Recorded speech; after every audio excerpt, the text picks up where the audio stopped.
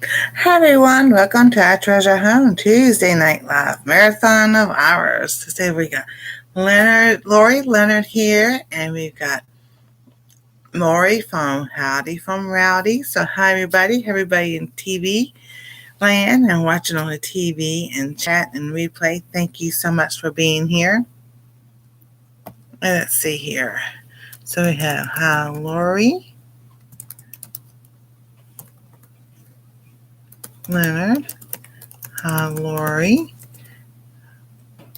Howdy from Rowdy. Hi TV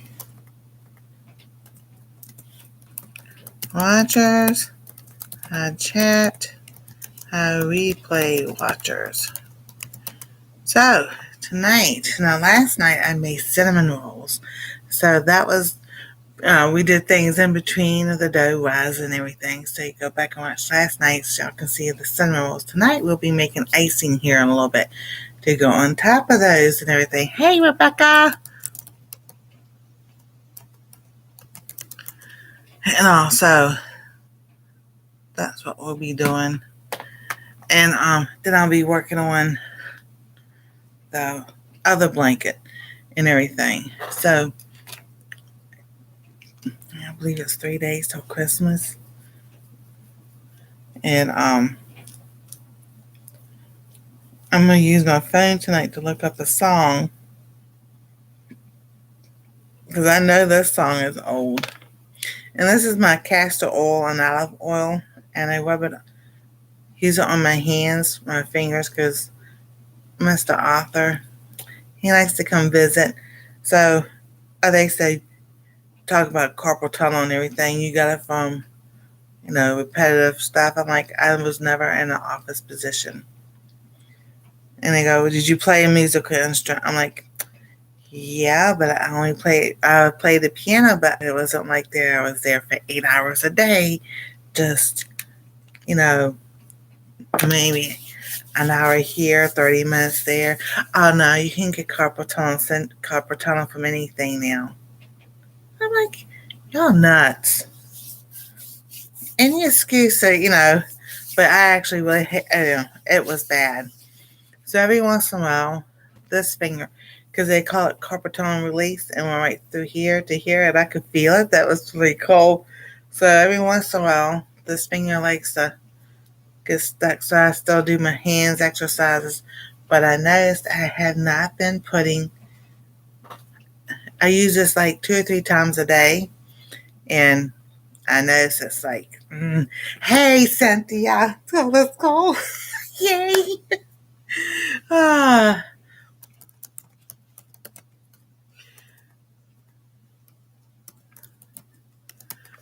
right. Yes. So, I've been putting that on because I was like, what is this starting from? The last time this happened, I went to a different doctor. They wanted to give me a cortisone shot, and I told them what happened about blood clots and everything. Oh no, you'll be fine. But what it came from was from eating ground beef. It's what it came from. So I'm like, well, it's been a while since I've had any, because they had chili the other night. I didn't have any. I don't think I did. Oh, I take that back. Yes, I did. I tried a bowl of chili. Yeah, see, the ground beef I can't have. That's what this is from. So sometimes you have to try things. It's a trial and error thing, and now we know. See, because my book's underneath there. But that's all right. I got me some tea. Well, it was warm. It's now cold, but that's all right. Like cold tea. So, I was trying to finish up this Santa Claus, this crochet thing. Now, Cynthia, this is the one that you sent me that I'm doing. And I don't have a small enough hoop to put it in, so I had to hold it with my hand and do the cross stitching. And every so often, I'm like, I gotta put it down. That's like, well, that won't be finished before Christmas, but at least it'll be finished. I can still put it on the tree until after we till we take the tree down and we have it for next year. So then I cut out the gingerbread man. Finally cut that out. I can put like ribbon or lace or something around there on the back to cover that up. But all that's in storage. I know the glue. Anyway, it's just going to sit on the tree. And it'll be a nice little decoration for the tree and everything. So, yeah, lots of projects in mind, a lot of stuff I'm doing. I still have sewing things over there.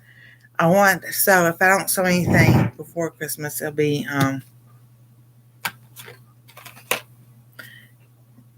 between now and the first of the year. So that way I can move stuff off my desk and then bring the sewing machine over and we'll do a sewing thing live.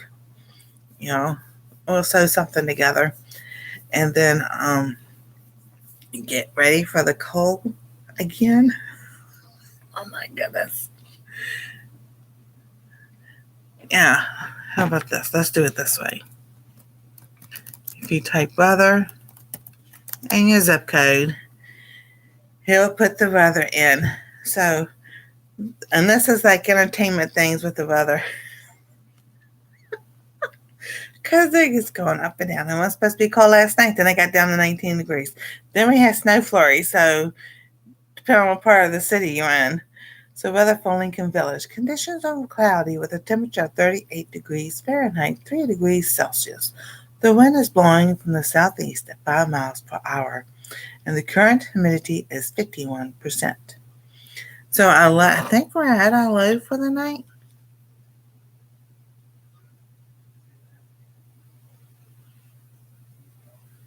I think. And rain tomorrow morning. So, our low is 37. Tuesday's high is 54. Tuesday's low is 31. Christmas Eve is 45.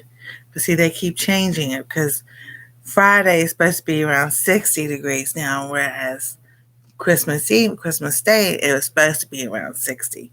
So, they're changing it all the time. Oh, the daily precept. So 37 feels like 33. So we're at our low for the night. And it'll stay there. Rain from 1 a.m. to 4 a.m.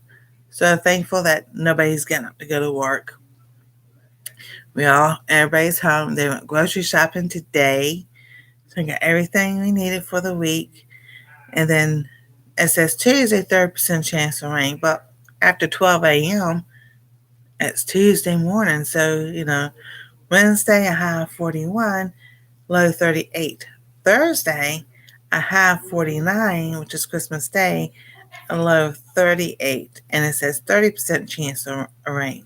So that could be, we could get the rain. We may not get the rain. And then Friday is a 70% chance of rain. So, and then Saturday, no rain, and Sunday, rain, and then the cold front comes through. And here, now, like I said, I watch Weatherman Plus, Evan Freiberger, Weather on the Go, Direct Weather. They're kind of like all saying the same thing. It's going to be after Christmas, the weather's going to turn cold again and bitter cold, and then snow. So, that's a wait and see game. But usually Weatherman Plus Mark from there, he's usually right on the money with things and everything. And if he's not, he'll make a video to tell him he was wrong and whatever. So, but those are the ones I watch. They were all kind of like saying the same thing with beginning of January.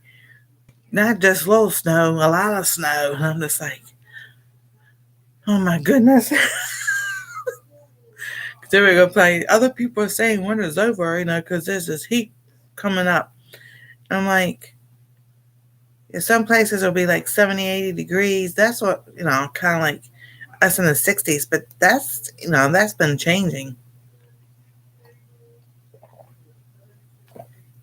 So I was like, don't bank on that. No, the it's called the jet stream. It goes up and down. So if you see it, it goes curves up and it goes down like this, and then curves back up, and then it can go down and go flat and everything. You know, that's the climate. That's the climate change. That's what changes. It's your climate, whether it's cold, warm, cool, rain, snow, and on and on. That's what I was taught growing up and everything. So, there we go. And they're playing video games upstairs. So if they're extra loud, my son is a gamer. So he is really an enthusiastic gamer. So was I. Back in the day, like when the Atari came out. So we had, hey Scott, Merry Christmas to you and your family. Thank you. So like we had an Atari.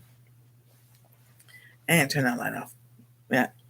We had Atari, and then my best friend and they had the Sega Genesis. So we would play games on ours, and then we'd go down there and play games on hers. And she had Pong.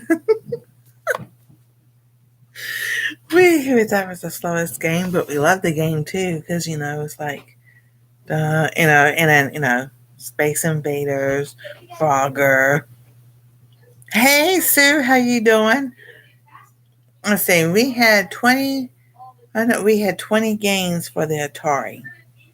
And then so I know one was called a haunted house. Then there was Frogger, Space Invaders. Oh my goodness, we had tennis. I don't all of them. I don't remember all of them, but we had like 20 plus games for the Atari, and we loved it. And then another friend, she had shoved it underneath our sofa because it was a low sofa before my mom got the other one. And before I could say no, don't do it, she shoved it underneath there, and she broke one of the controllers and everything. And then they put the games upstairs in the attic. So in the summertime, the attic gets hot and heat and everything else. So I think some of the games melted or something other.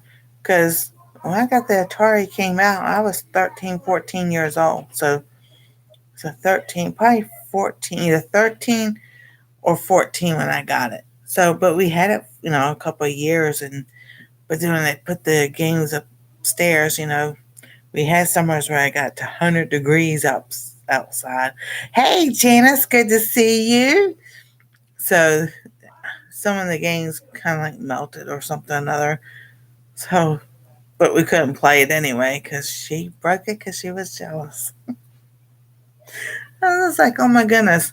So, I think one of the last few times they came over for Christmas, I had asked her why, because we had a long talk, but I had asked her why she shoved it. Well, she was putting, but she was mad because I said, well, just to let you know, the next year we were going to give it to you.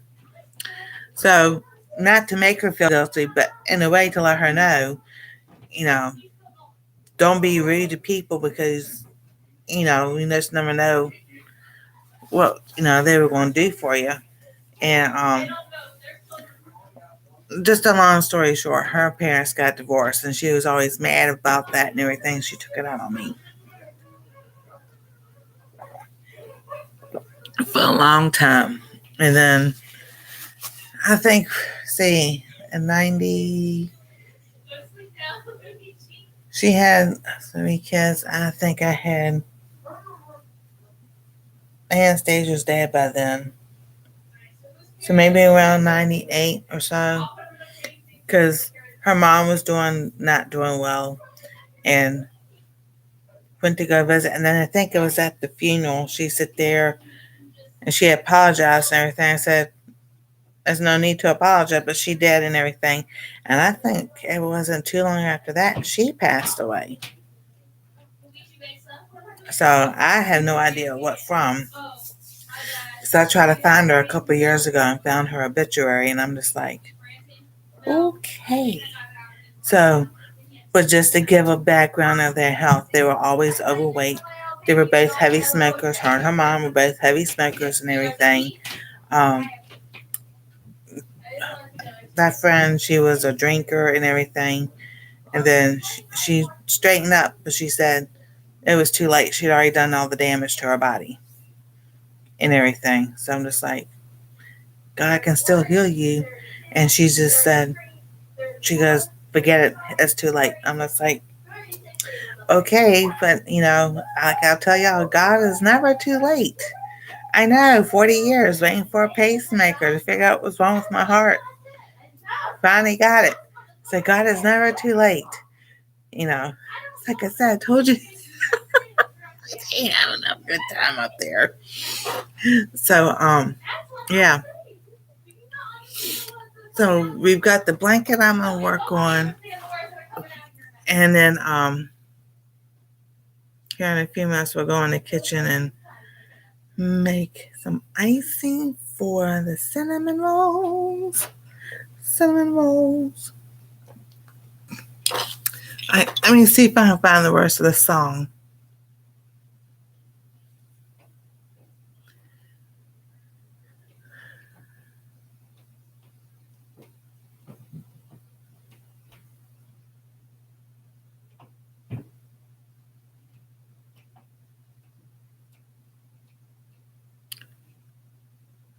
Okay. 1, 2, 3, 4. I'm getting nothing for Christmas, 'cause I ain't been nothing but bad. I broke my bat on Johnny's head. Somebody snitched on me. I hit a frog in sister's bed. Somebody snitched on me. I spilled some ink on mommy's rug. I made Tommy eat a bug. I bought some gum with a penny slug. Somebody snitched on me. Oh, I'm getting nothing for Christmas. Mommy and Daddy are mad. I'm getting nothing for Christmas, 'cause I ain't been nothing but bad. I won't be seeing Santa Claus. Somebody snitched on me.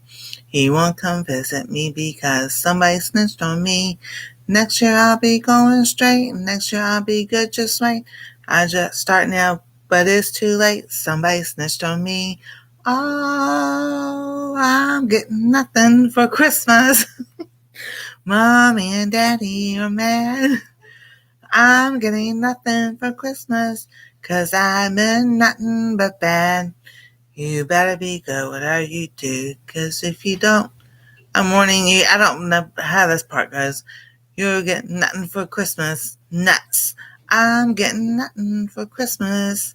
Mommy and Daddy are mad. I'm getting nothing for Christmas, 'cause I ain't been nothing but bad.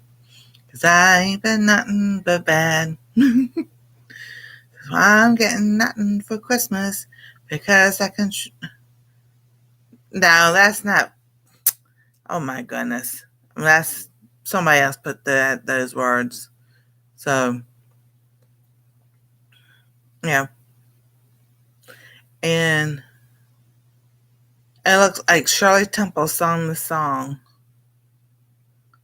Oh my goodness. All right. So, somebody else.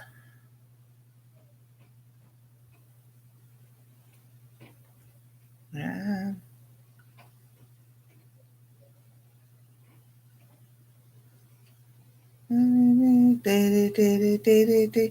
Okay, so here's... I put a tag on teacher's chair. Somebody snitched on me. Tied a knot in Susie's hair. Somebody snitched on me. I danced on my mommy's pants. Climbed a tree and tore my pants. Filled a sugar bowl with ants. Somebody snitched on me. Oh, I'm getting nothing. Oh my goodness, this song is old. See if I can find out when exactly what it was. I'm getting nothing for Christmas. I'm getting nothing. Cause see,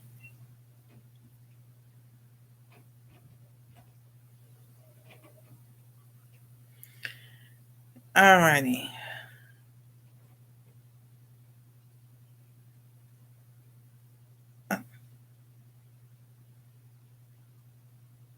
Original. I want to say, so if Shirley Temple sung it when she was little, you know that's old.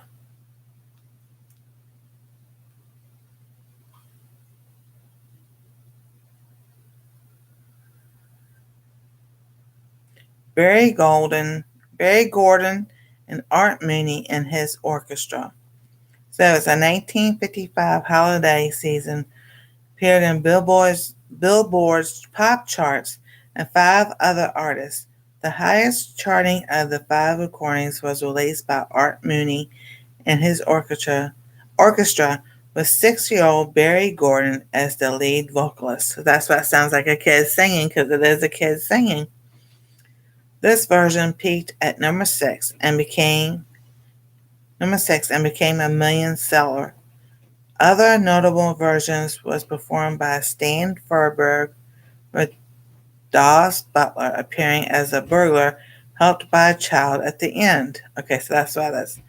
Other charting versions were recorded by the Fontaine sisters, Joe Ward, and Ricky Zond, and the Blue Jeans.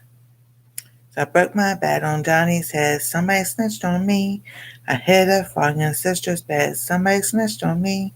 I spilled some ink on mommy's rug. I made Tommy eat a bug.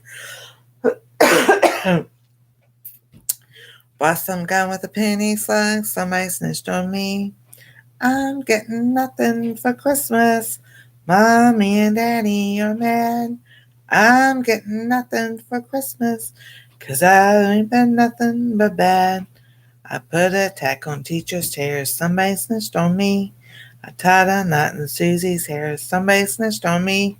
I did a dance on mommy's plants. Climbed a tree and tore my pants. Filled the sugar bowl with ants. Somebody snitched on me. So I'm getting nothing for Christmas. Mommy and Daddy are mad. I'm getting nothing for Christmas. I've been nothing but bad. Okay, so you better be good whatever you do, because if you're bad in the morning, you'll get nothing for Christmas. So, like I said, they did have some more that. So the one about the 6-year-old with the another notable version was performed by Stan Freberg, Freberg, with Dawes, Daws Butler, appearing as a butler burglar helped by a child at the end. So that's why I was like, that doesn't sound right.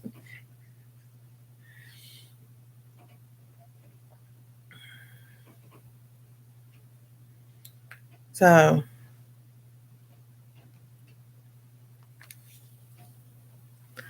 that's the one. Yeah. Barry Gordon, nothing for Christmas.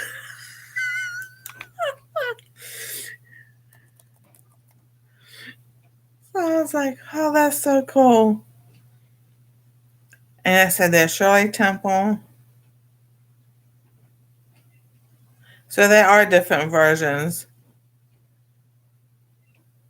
But I just like the original.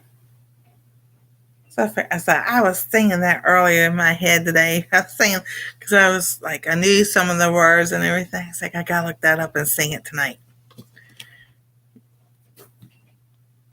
That'd be pretty cool.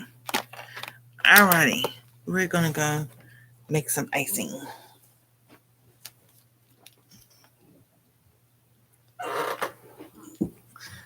I'll get to see how the cinnamon rolls came out. And some of the things I've made today. Alright, let's see here. We gotta move some stuff back here around. Alright, so this video will be on the cooking channel, but this is my pan I used, and I was so happy. Yes, it was. I thought I spread it out enough, but this was my main goal. Look at the details. So I will be finishing up that icing that on the cooking channel. And that video, I made all that. Made the video today, baking it. So that'll be out sometime this week. Alrighty, let me go get those cinnamon rolls.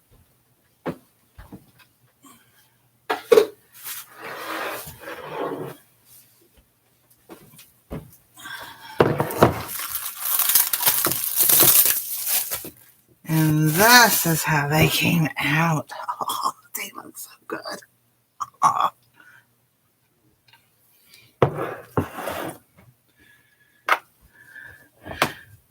Alrighty. Let's see what Scott's weather.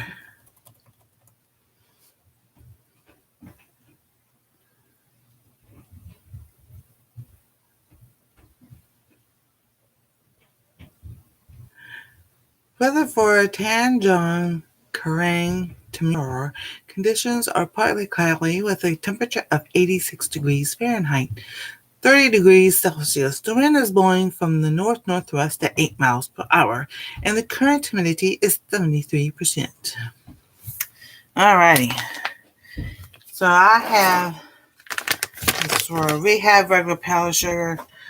I feel like going and trying to dig for it. Alright. So we need a cup of this. Alright. I hear the voice in my head. Yep. Dinner and everything and grocery shopping day.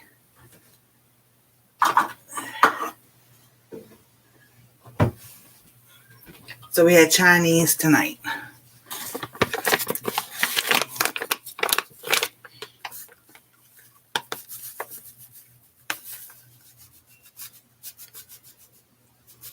And yes, you can sift your powdered sugar. I usually don't.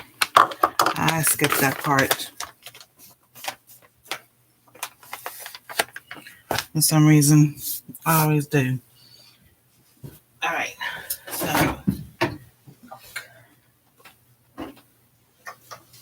now normally with this, it's powdered sugar and regular milk. It calls for like a tablespoon of milk. But because we have almond milk, I just kind of like pour in just a little bit at a time.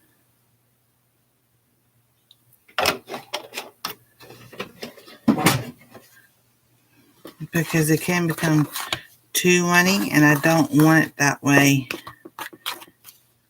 this time.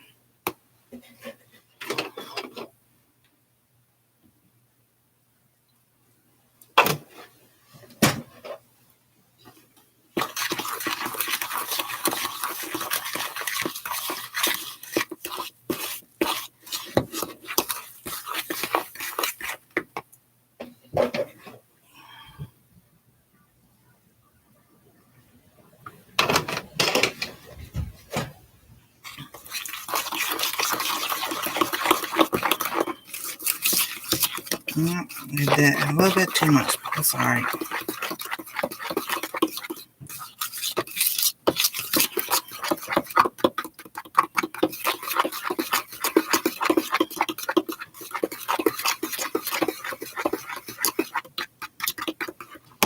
I mean, I could add some more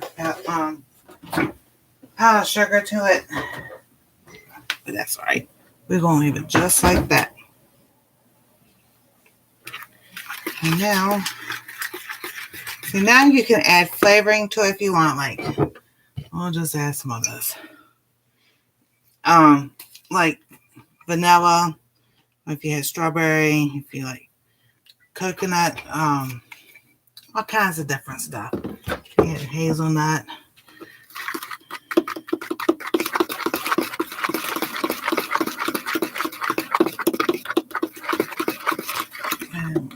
Oh, that's all right. Here we go.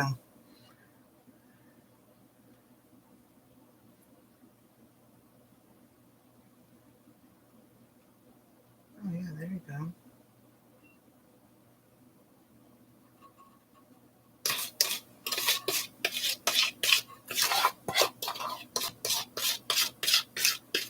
And you let that sit overnight. And you can take if you have a pastry brush, you can just take the pastry, la la la la la. Make sure I have one.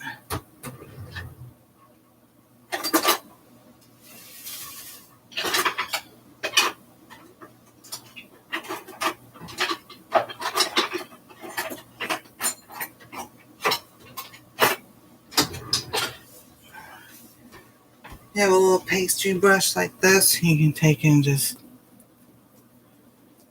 go all over.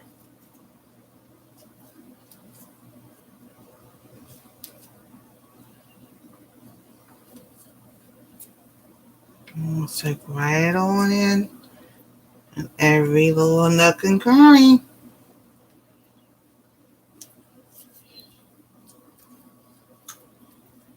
And then as it sets, so I get that crust type thing on it. Oh, that tastes so good. So we'll just let that sit. And that's like breakfast for the next 2 mornings, or snack, or goodies. All right, and let me get this light over the stove.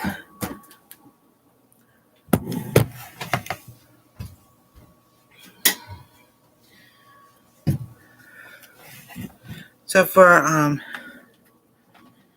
New Year's Eve, I'm gonna make my own Chex Mix, party mix, and bring you all along for that and everything. So yeah, that's our cinnamon rolls, dairy-free cinnamon rolls. Now that recipe's on this channel also, so I've done it on both channels. And then the icing turned out better than well, it's not as thick as I wanted it, because you have to be really careful with almond milk. So, and then I use the swerve. So I've got to start, I'll need to try to start experimenting with the, thank you, Janice, with the icing again, because I was trying to ice some cupcakes. Is it cupcakes on another channel? Yeah. And the icing didn't turn out well. So it's because almond milk is thinner, and so you have to kind of like keep playing with it till you get the right consistency to make the icing that you decorate cakes with, and cupcakes and all that other good stuff and everything. So, and then we're gonna sit here and work on the blanket tonight, and then I'll plug up my phone so it'll charge. Put this over here so it doesn't accidentally hit nothing.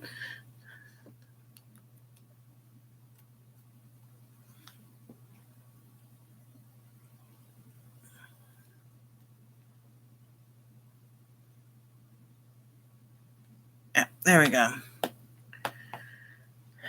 So everything, basically all the presents are here and everything.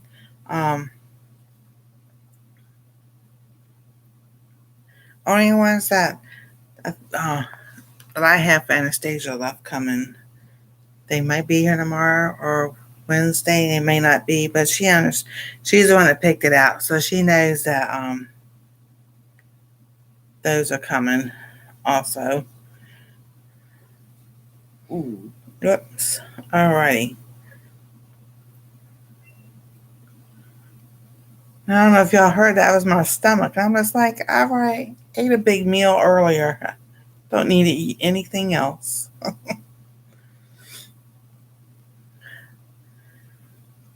Let's see, we talked about the weather. This is a high-low pattern. So you do a double crochet, then a single crochet. And that's just a repeat pattern. Back and forth the same way.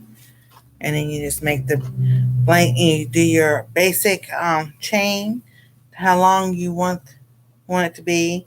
So this one's like 6 feet wide. Yeah, and then I'll just take and use the whole skein of yarn and ball of yarn and just make it as long as it will go.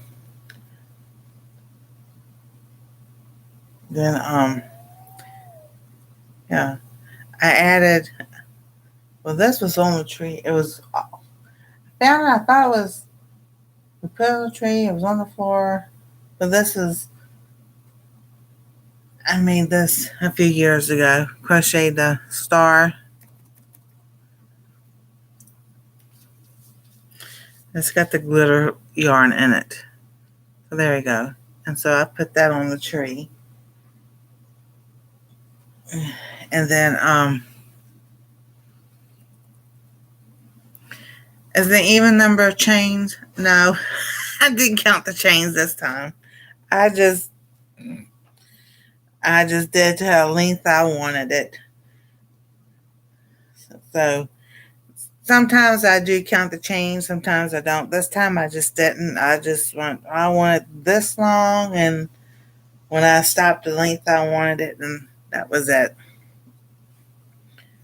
Now when I go to make a sweater, like a not a pullover, but like a button-up sweater, that I'll count the chains and everything because I keep always making them too big, and like I need to count that just a little bit different and like not make it a 3X, but maybe a large, extra large instead. I did find one lady that actually crochets clothing and everything. She goes, don't measure first before you crochet because she's not as big as the pattern says. So that was like with Crystal bag a day. I did it was like I want to say cocoon thing. I'll go get it in a minute. I think it was supposed to be like a some type of sweater.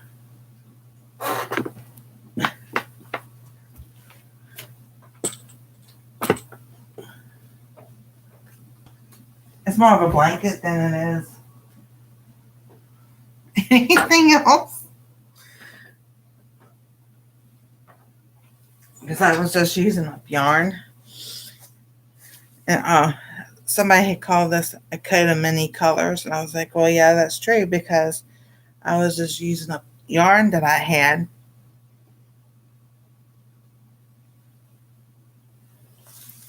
So, hey, Mr. and Mrs. Job. Dr. Job, Carla, and Walter. So, it's actually supposed to be, let me get this right. All right. Here's her arms. A cardigan. But I'm just like, this. And I went by the size at the time was supposed to be like a 3X. Yeah, right. Anastasia uses this as a blanket. I'm like, what the world? I was like, really oversized. So it's on the end of my bed.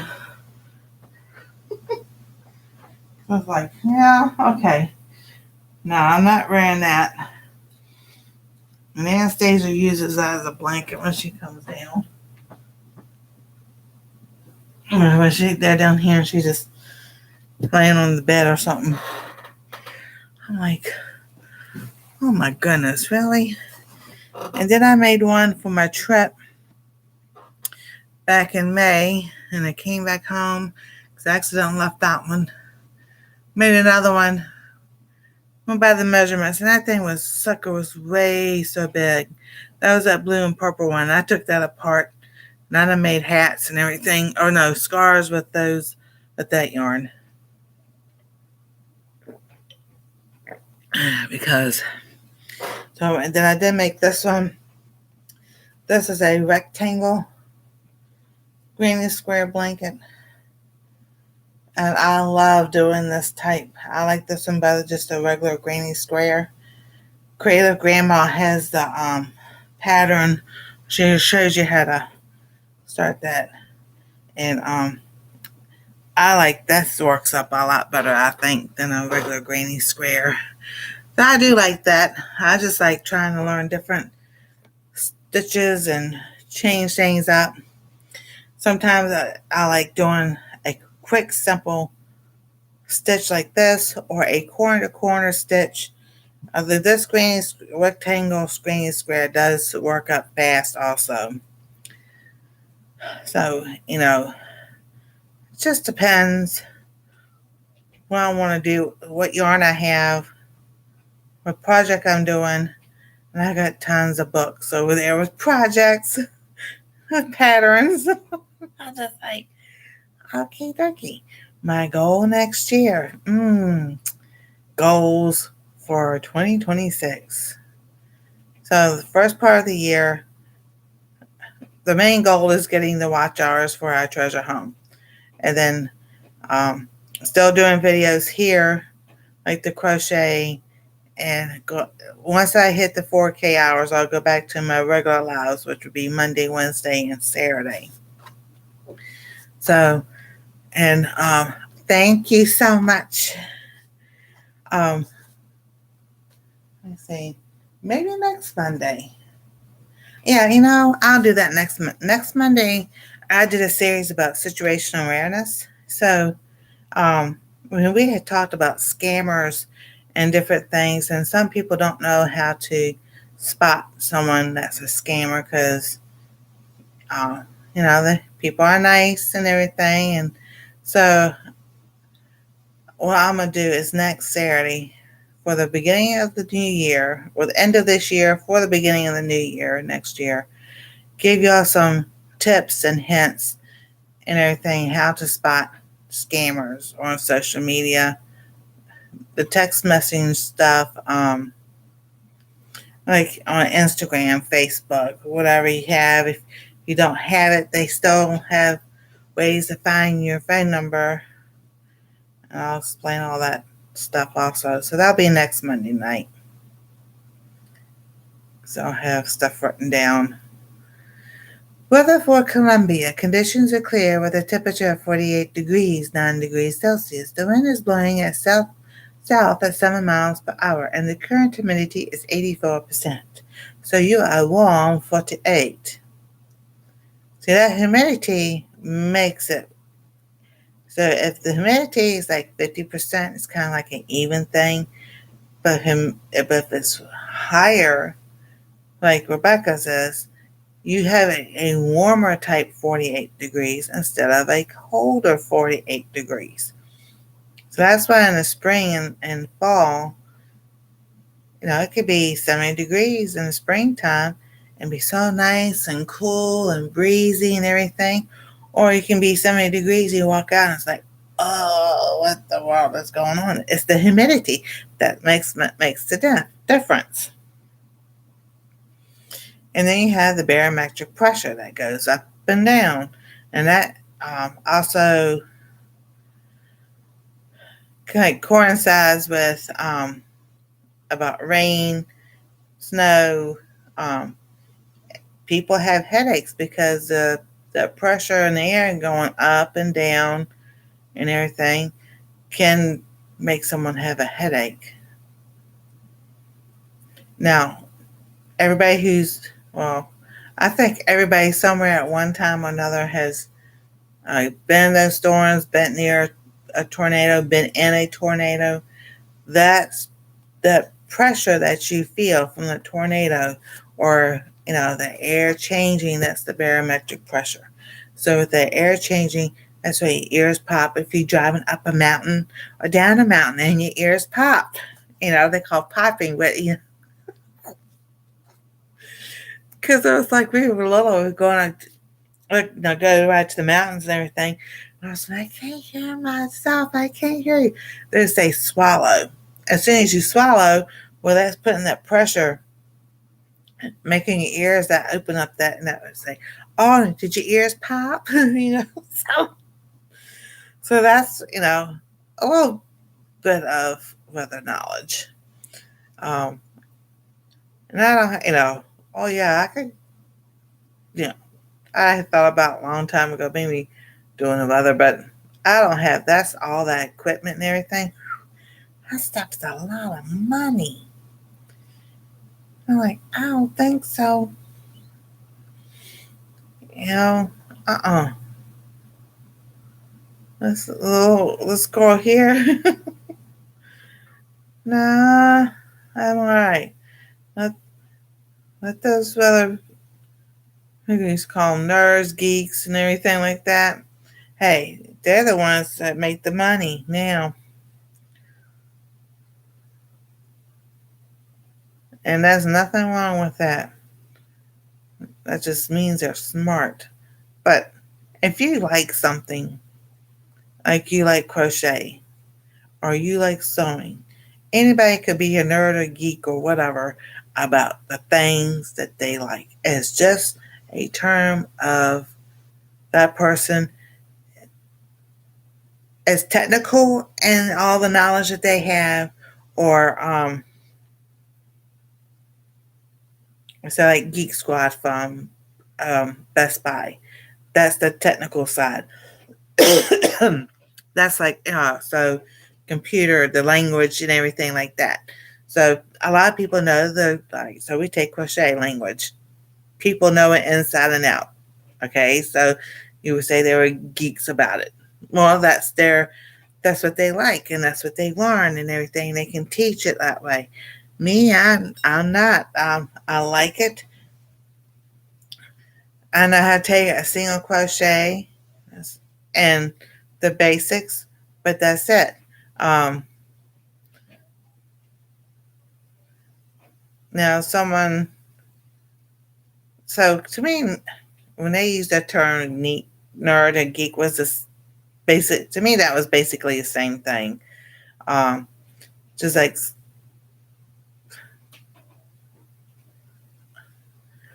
so, the technical side, and then you have the book side, to where right the hands-on side, where people can show you things, teach you better by doing a video, or hands-on. Um, so I guess that's more like the nerdy side. I guess now I'm the one that I have to watch a video now. It used to be where, um, yeah, younger days, I could read a manual and understand. Now it's like, show me the video. Just show me the video, how to do it, and then I can pause it, do this step, do the next, play it, pause it, do the next step. And that's, I don't know, but that's just how I learn now. I mean, it's like my sewing book manual. I got it out. I was looking at it and everything. Um, some things I understood, some things I did not. I say, just give me the DVD, put it in, and let me watch it. When I watched the DVD or somebody explaining, I understood it better. That's just like with, like, whether Rita's Roost or Auntie Allen G Quat Traditions. Um, they put it in simple language so that all the technical terms for sewing and quilting and everything, because I'll get lost in those words and everything. And I'm like, I'm like, I don't understand that. This I'll just put it to the side, and then I'll have to pick it up later. But people, like, they've been doing it for 50 years, so they know all the technical terms and everything. But they also know how to put it in, we call layman terms, to where a new beginner will understand how to do it. So yeah, to me, that's those how I describe those. Um, I guess I was considered a nerd because I played the piano, and that was my thing. I was I was taught how all the chords, the different scales, and everything, and I practiced and got good at it. So like I said, hands on to me is more the nerdy side, and then the geek side of the book, the technical side of knowing things and all. So, but when I was in high school, we had a guy there, and his it was just because his mom babied him so much. Oh my goodness. He got his dad was in the military. He was a high ranking officer in the military. So he got everything he ever he was spoiled. He was spoiled, but he didn't act spoiled. But just more on the tease because he wasn't that way, but he was like more on the I don't want to say girly side, but he wasn't. And hey Nancy, I am just working on a blanket. I'm doing a high-low pattern stitch, and I'm just gonna make a blanket, a lap blanket. So what? Yeah. Um. Now the next project I'll work on will be making. I need some gloves or some mittens, so I'll need to be working on that. Hey, Robin, how you doing? So we had just had our. This is 11th grade. We did a play, and I had started. I don't want to say Bible club. It was a prayer group after lunch, and because of that play, and I just knew kids in my school needed prayer, even though we went to a Christian school. Um, so when we started, it was like 60, almost 100 of us, and then by the time the school ended, it was like maybe 10, which I understand that, but his name was Stephen. He was walking in class one day or something or other. I remember the guy's face. I cannot think of his name whatsoever.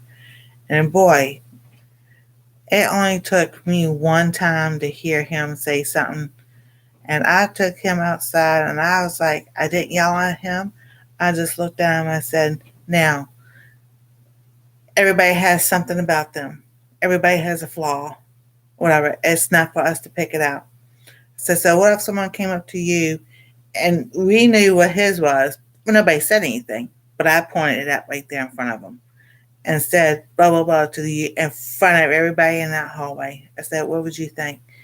He goes, "Oh," he goes, "Hey Jane Doe," he goes, "I wouldn't like it that much."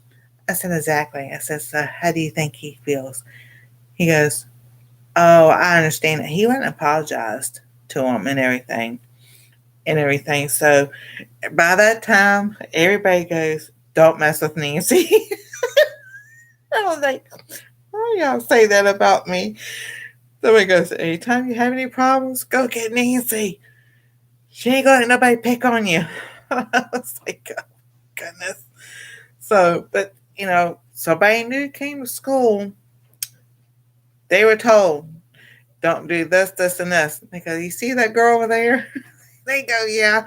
They go, she'll get after you. Why y'all tell people that?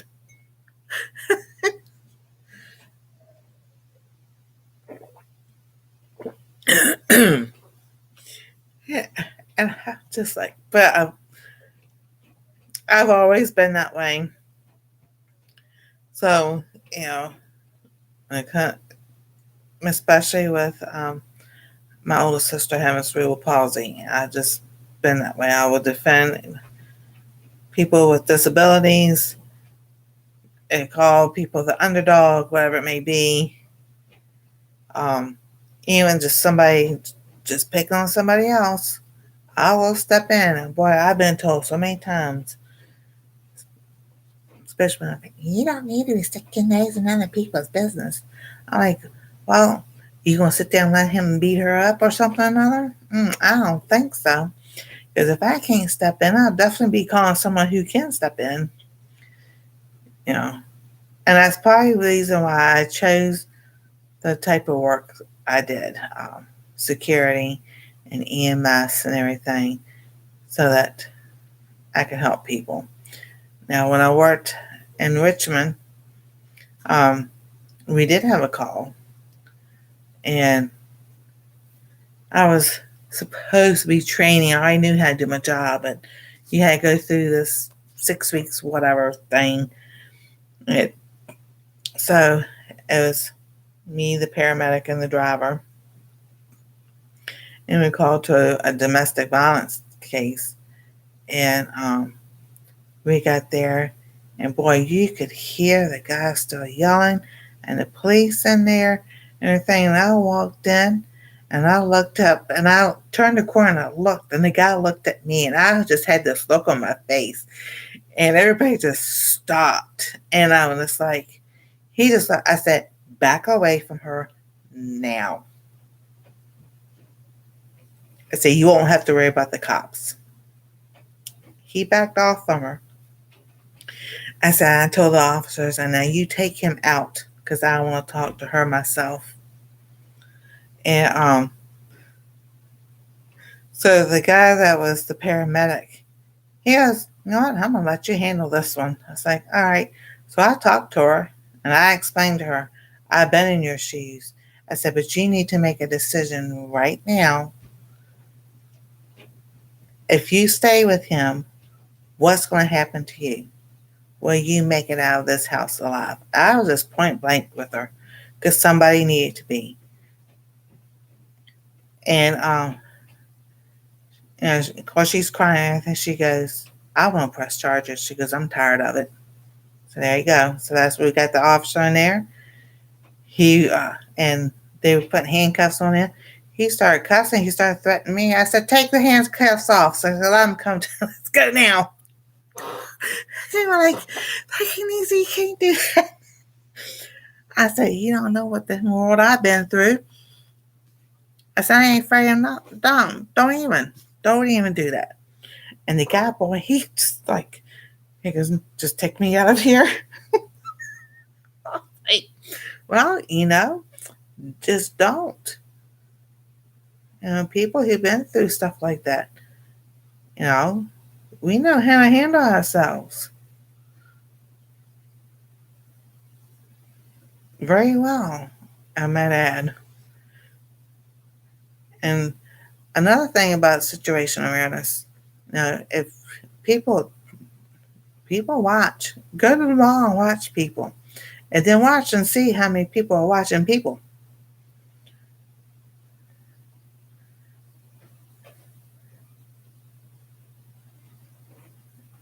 And just take note of it. Now that's all on that series also, because I went in depth with all that. So, like I said, we went to New York in 1999, April 1999. I got lost in Queens. It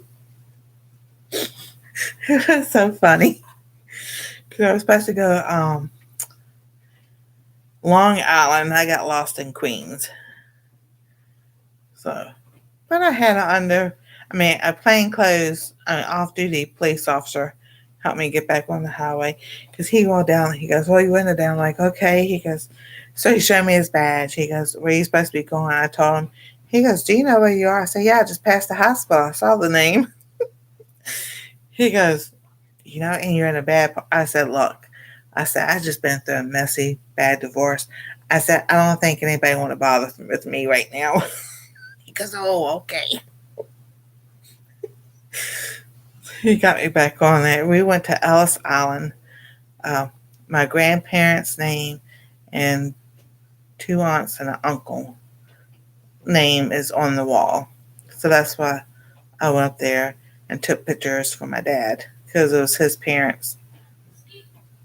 So, and we had a blast. And it was Anastasia's dad, me, and my other son. So, we had a blast. It was so much fun. We went by the biggest toy store. Didn't get to go in because we couldn't find a place to park, and I didn't want my car to be towed. But we did go. We found a mall that we could park at and everything, and we went to KB Toys. Yeah, KB Toys. because I had worked for KB Toys, so we went there because we wanted to see the big one that they had. All righty, Nisi, thank you. Merry Christmas. Merry Christmas. So we went in there, and that one was huge. You couldn't believe how big that KB Toys was. Went to the counter and I was sitting there talking, and I love the New York accent. I think it's cool. And they go, "You're not from here." I said, "No, I'm from Virginia." They go, "Yeah, we can figure by the way you talk." I said, well, "I like listening to how y'all talk." We carried on a conversation pretty good and everything. And took one day up there and drive, was there for a couple of days, took another day to drive back and an extra day off so um, to catch up on sleep and everything. But I loved it.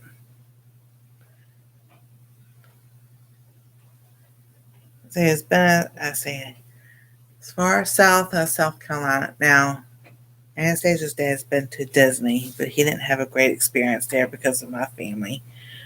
He did get to see Atlanta Braves game back in 2001 or so, yeah, something like that. So he got to see the Atlanta Braves play. I thought that was like, that's so cool. I've seen the Richmond Braves play. We used to go watch the Richmond Braves all the time and growing up and everything. Um, I did get, okay, so it was back then they would call the Washington Redskins, and it would always be the Washington Redskins to me. So back in the 80s where they had the Hogs, um, and all the three of them were at the local mall. And so we wanted to go see them and meet them. And y'all remember Joe Theismann and all that group and everything. But that Joe Theismann was the one there. Um, but oh, I just saw the guy's name the other day, and I cannot remember his name whatsoever.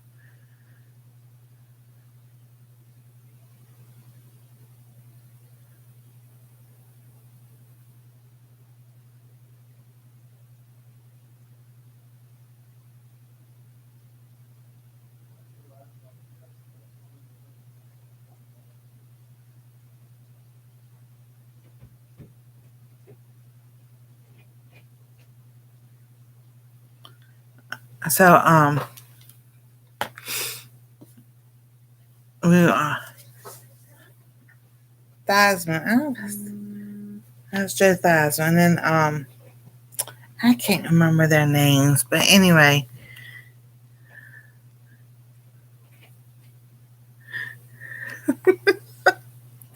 we got to the mall, and it was my brother and my sister next to the older sister, and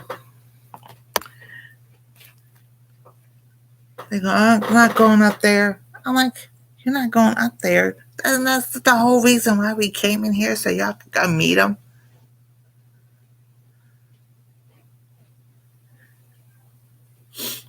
And so yeah, but we're nervous. Oh my goodness! I said they're just people like you and me. It's just that they're football players. That's the thing that they do. So while those two are debating about going up there, I just walked away from them, went up to all three of them, and introduced myself, and shook their hands, and we were talking football and everything else. I said, "My brother and sister over there, but they're too chicken to come talk to you." And once I said that, they came over. I was like, "Well, y'all, they don't want nobody to think I'm up there by myself." So that was fun, though, meeting them. We did get their autographs, but I don't know what happened to it. And then, oh my goodness. So this was like 2006, 2007, somewhere along in there. Um, they had the actors and actresses from As the World Turns, God in the Light. That's the ones on Channel 6. The Young and the Restless. I think it was Young and the Restless. As the World Turns, Guiding Light. I think one other um, at King's Dominion, and you could go in and get their autographs and everything else. And the girl that played Hurley on Guiding Light, arguing with her or debating her, but when she started the show, and she looked at me, she goes, "I know when I started on that show." I'm like, "Yeah, and I do." Then I apologized to her. I was like, "I'm so sorry." I said, "Maybe I got my dates messed up." But I was like, I was like, I better stop before security comes over and kicks me out because I want to meet other people. But I had to go back and look because I thought for sure she had been on that show long before 1988. And I'm just like, no, I was in high school when she started. But apparently, according to IMBD, that's when she started the show. I'm just like, see, I don't think so. I don't know why, things like that change.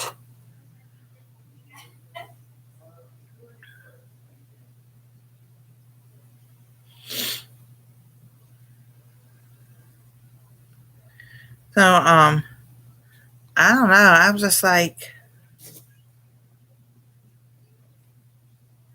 I know my memory, she was on that show when I was in high school.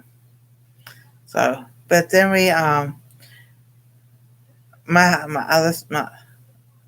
next oldest sister, she got to meet the guy that played Josh Lewis, and the girl lady who played Reba, and now as the world turns, we got to meet the lady that played Barbara, and then a whole bunch of others, and we got autographs, and then we got some the first day. The second day we went back because we had season passes, and the second day they were up on stage. They were singing different songs and everything, and my sister and I. Because a lot of times you just know the character name, you don't know the person's real name, but you mean we sit there and say 1, 2, 3. We're gonna say we love you, Josh Lewis. So that's what we did. His face turned so red. It's so funny.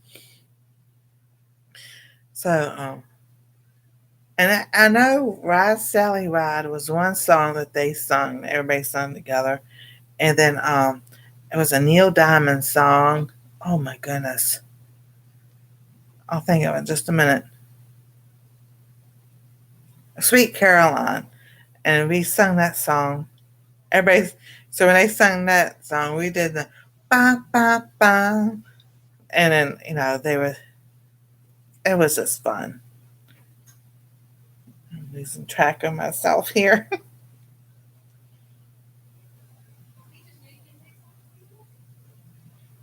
There we go. So, so I met those people. I talked to Susie Orman on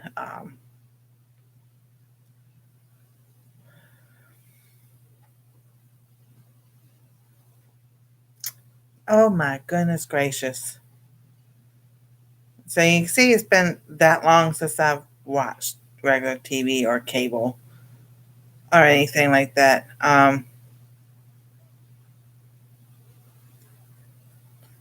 Not the shopping network, but the other one.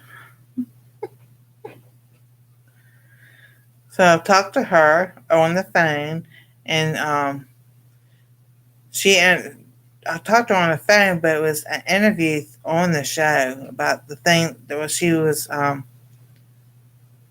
when she's so yeah QVC. Thank you, Carla. I can't think of it. So I talked to her. Um, and then when I worked at GNC, I would have wrestlers and all come in and get stuff, bodybuilders and different stuff. And I had one guy who was that's what he did. He was working on bodybuilding and everything. So had this guy come in, and he was he had been in it or was just getting into it and working out and everything. And he knew what the stuff that he needed to get. And all I knew was by the name Dave. Uh, who just he's a customer or whatever, and he come in every so often and talk and everything.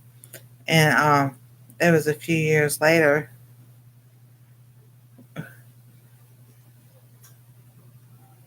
We're watching WWE. I'm gonna get y'all the correct information.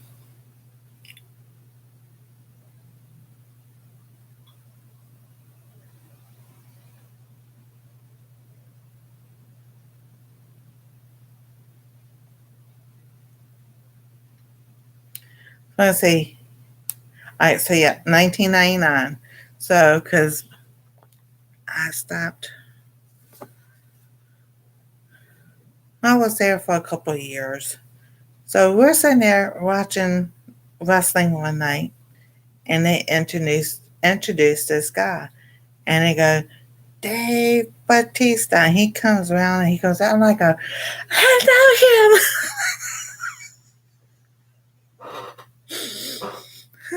Anastasia's dad goes, what? I'm like, he comes into the store all the time. I can't remember if I got his autograph or not. I think I did. But it was so funny. I was like, I know him. The most people I've gotten their autographs. I don't have them no more. But I think one of the best ones I think I remember getting would be Hulk Hogan's. Um, Now the Coliseum in Virginia, up to like, I guess it would be, let's see here, the mid-90s. So I was like, the last time we went was like 1988, and you still could. But we used to be able to walk the Coliseum itself and go all the way down to the bottom and everything where the professional wrestlers and whoever was there. And I think my brother worked in radio at the time too. But so anyway, he goes, "You want to go down there?" I'm like, "Yeah, let's go." So we got down there and seeing all of them, and they were just walking past, saying hello and being nice. And all of a sudden, here comes Hulk Hogan towards us. I'm like, I was just staring at him. He was a nice man and everything. We got his autograph and everything and talked to us for a little bit. And I was like, that was so cool. So we got to meet Hulk Hogan a long time ago.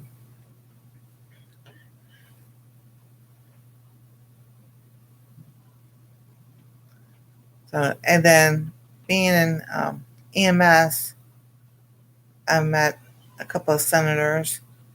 Actually, no, I don't know if he's still a senator or not in Virginia.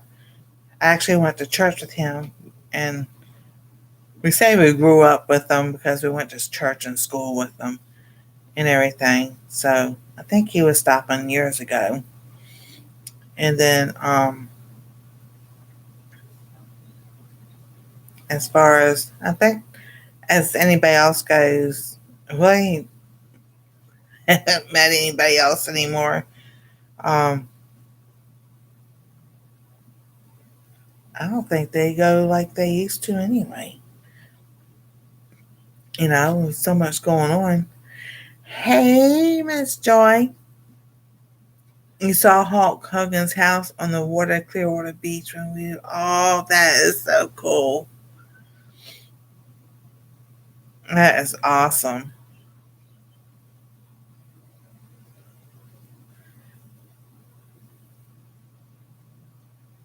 And even before he became a Christian, he was a really nice guy. But, you know, so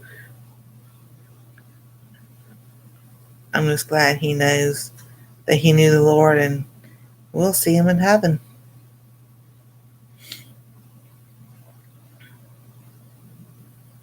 I was gonna try to think. Oh, here's another. All right, so we got to go to California back in 2006, and so we visited family, and then we rode. My sister had rented a van for us, for me and my kids and her kids. We went, drove through Laguna Beach and all that and everything. He came to our school because our gym teacher was friends with him. Ah, that's so awesome. Oh, that's so cool. That is awesome. So, we stopped at Laguna Beach and everything. All that water is so beautiful there. I mean, that's the pretty fancy place. And those are nice houses and expensive houses and everything. And then we went down to Hollywood Boulevard and we were going to get out and walk, but I looked at her. I said, the streets in Richmond, Virginia are cleaner than this. It was filthy. Oh my goodness. So we didn't get out. And we were told later on that the only time they clean that area is when they have the award shows, like the Grammys and the Emmys and the Tony Awards or whatever is going to be going on. That's the only time they clean up down there. They take all the homeless people, put them in a hotel and everything for a few days, and then after it's all over and done with, they have to leave their, get out of the hotel room and everything and go back where they were. So they have the means to take care of people. They just don't. But I was I had saw an interview to where they got George Eads, who played Nick on CSI, had owned a restaurant. I was trying to find that restaurant. That's what I was trying to find. It's like that would have been cool to meet him, but I could not find. I'm quite sure he thought. I thought he said Los Angeles. I went back and listened to the interview when I got back home. I was like, man, that'd have been cool.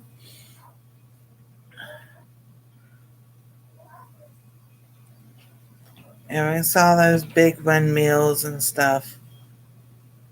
I'm like, I, I, I'm quite sure there's some nice places in California, but that's not for me. We flew into Burbank and then went down to Los Angeles. But I was like, the flight wasn't too bad going there. And then it was the flight coming home. I'm like, we had a big pocket of turbulence, and Anastasia's dad was, I think he was 14, 15, so like that. And he was 6 foot already. And when we sit there, he had just buckled his seatbelt because they were telling us to buckle up, and the thing going off and everything. And we're sitting there, and they said we're going to hit some turbulence. He just buckled his seatbelt, and the plane drops. And as it drops, he goes up, and when we all go up, he goes up. He still hits his head on the ceiling with the seatbelt on. I looked at him. He looked at me. He goes, when we get home, hey. I was like, yes, this isn't for me. Like, I know. I ain't joking. We got to Richmond International Airport. We got down. We kissed the ground. My dad saw us. He got to laughing. He goes, what happened? I said, bad turbulence. We dropped 10,000 feet. I was like, yeah, they can have it. Y'all, whoever goes fly, you go fly anytime you want to. I know Heather was telling me, it's not always like that. I said, once is enough for me.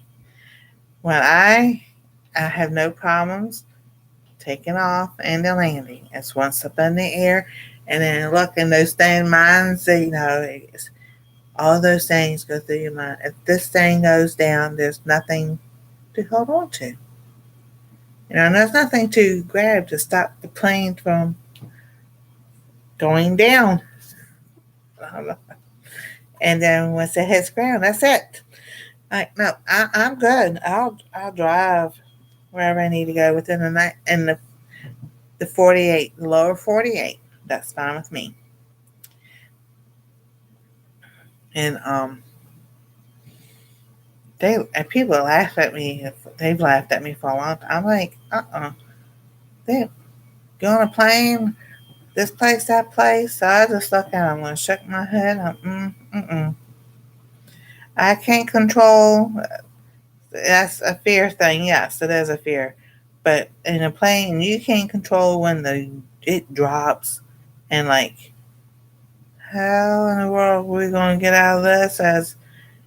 But even with a car, I feel like even if you're in an accident, you still have some kind of way of reaction time for yourself. And everything. I've been in several car accidents, so yeah, rear-ended it quite a bit. So yeah, I'd rather have that than the plane falling. It's like, and I can't be stopped. I'm good.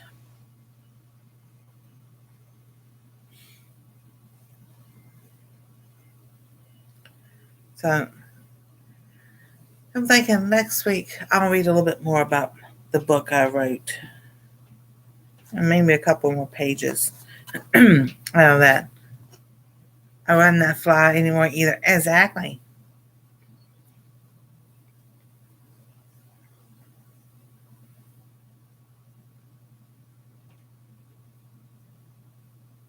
Oh my God, there's more accents on the road than in the air. I'm like, okay, and in the air, you hit something.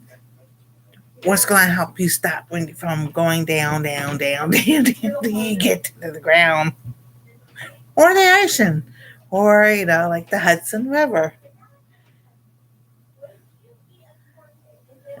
Like,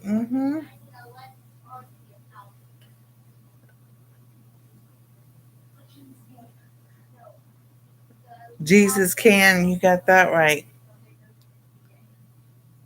Yeah, and I told God, I get off this plane, I promise I will never fly another one again.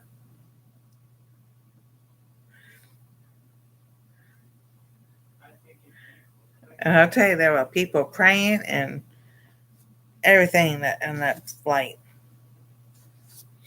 because that was it was from not the flight home from California to Dallas. It was from Dallas to Virginia, and I was like, halfway there. I said, we'll just get us all the way there.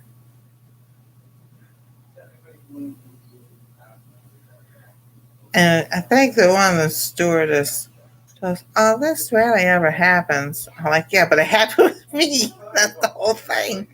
It happened with me on the plane." I'm like,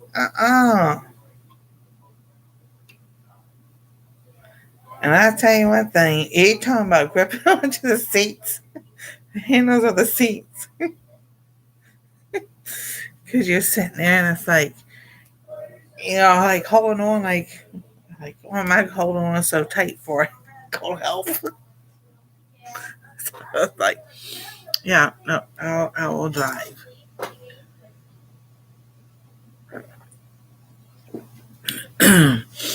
Yeah, had, it's called EVOC, Emergency Vehicle Operations Certification. Because I used to drive the ambulance, and then I was trying to get my firefighters one, but that didn't work out. So I had that and my EMT certification. So my plan was you had to be like EMT 6 months or so, and then you could go get your paramedics, but you could get either state certified or national paramedics. Well, national paramedics, you could go anywhere. And that was the plan. That was my plan. And because I always felt like the Lord was telling me, that was where I was supposed to be and everything. I don't know. Being a national paramedic, I could have gone anywhere and made really good money. And so the years, I was EMT for 8 years. And oh, every time I went to go do something, uh, didn't miss the deadline, or they had enough. Too many, they already had enough in the class. So I had to wait. Well, when it was time for, and then it was either too many in the class, or the next class I was working and I just didn't have time to do it. So I'm like, okay. So then I found out that I could have taken, after a couple of years, I just had it was something I had to go do. Then they changed the program. So, and you had to go to college and get your paramedics and everything. So I'm like, I don't have money to go to college to get it now either. And because it was going to be through the rescue squad, because like the EMT class, and it was free.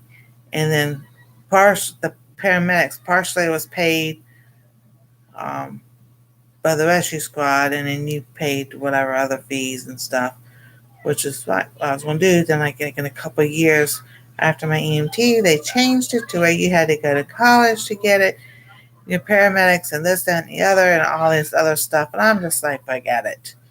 So now I can see how the Lord just closed that door. The Lord goes, well, I'll let you, this is what you want to do. I'm going to let you do what you want to do. And then it's only going to be for a certain amount of years. I'm going to let you do it. I'm like, so I was EMT for 8 years. Um, I could have kept my certification up, but every time I went to go to a class, it was the same thing over and over again. With Oh my goodness, they were playing. All right, so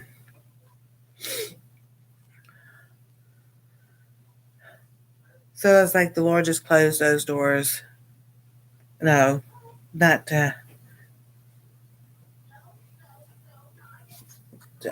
all that time and everything.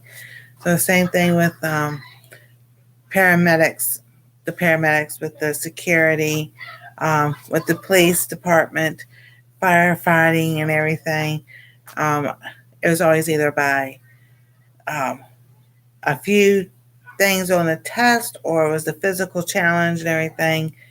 And I went for the state police once, and all I had to do was like 20 setups. I got to 18, and the guy goes, come on, you could do it, you could do it. He goes, all you got to do is 2 more, and you don't have to do the track. I was like, I know, I'm trying. He was trying to help me do those, and my body, I just like, nope. And my body was like, I just wasn't going to do it. So that didn't happen. And I'm like, I said, the Lord just closed those doors. I think for one of the main reasons is because um, a lot of police officers get hurt going to a domestic violence situation. So I'm just like, okay, so the Lord closed those doors. So then I just, hold on for a minute. Hold on for a minute.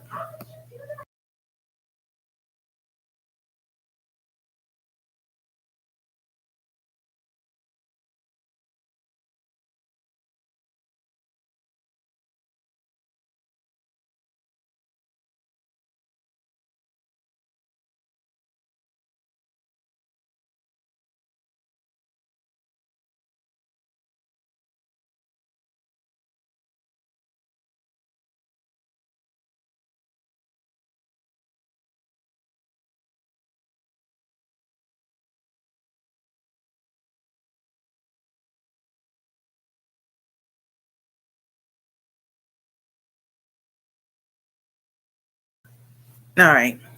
So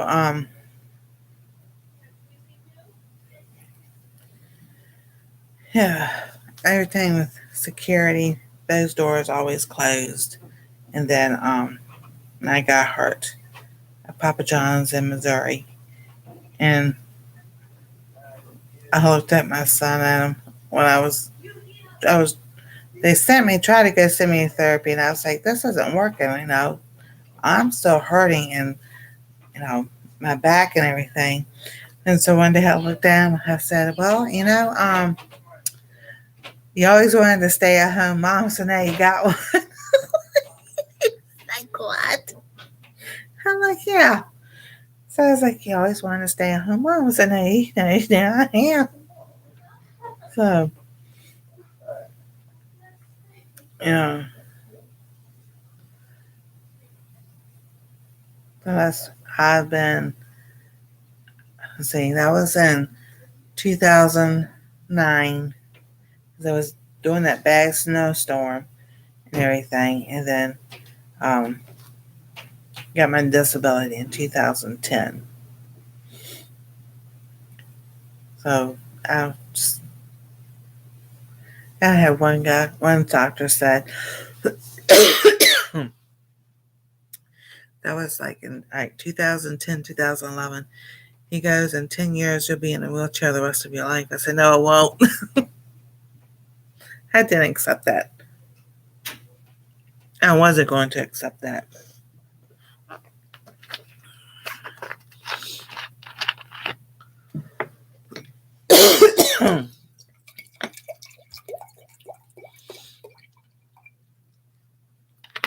At all. So, and then that's like with that one with the cortisone shot, orthopedic.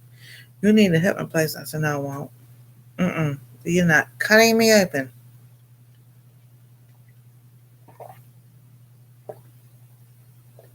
Not one bit.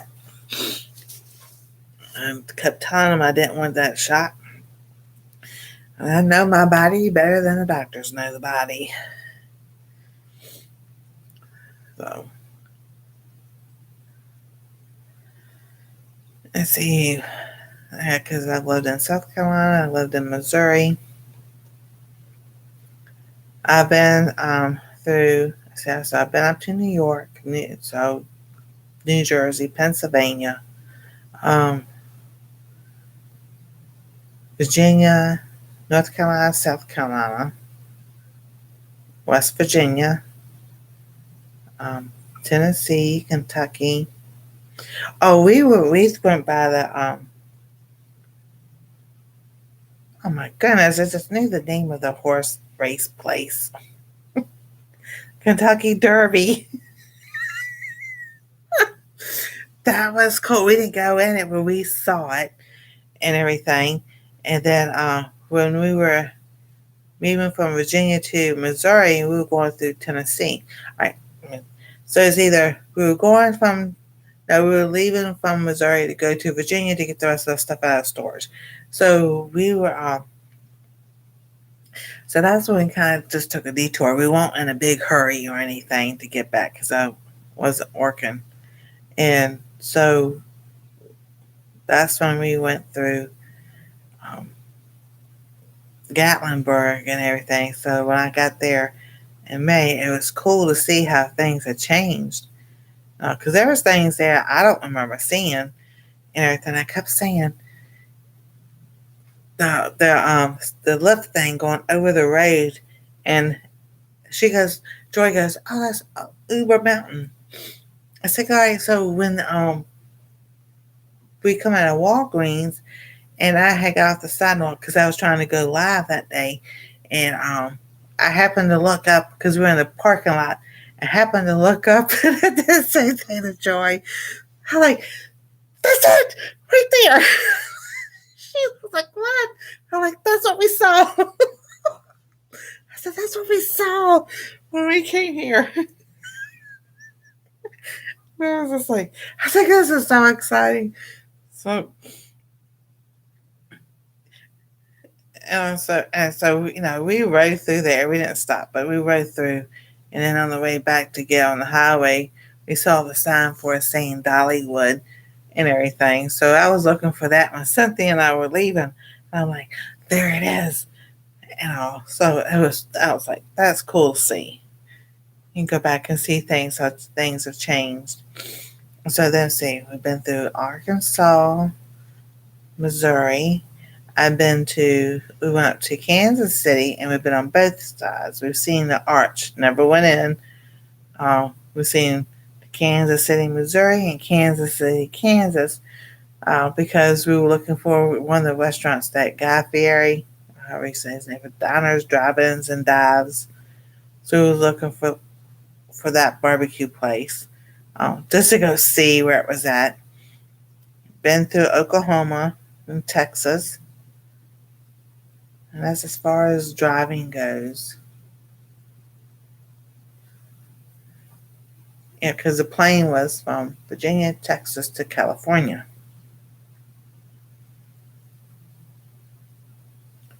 and then from California, Texas back to Virginia.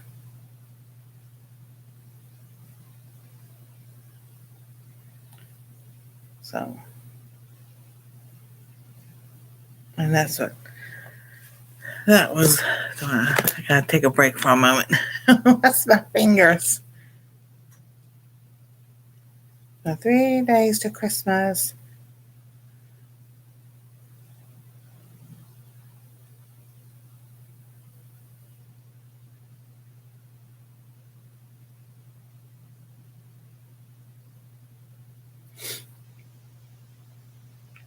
So, and then let's see here.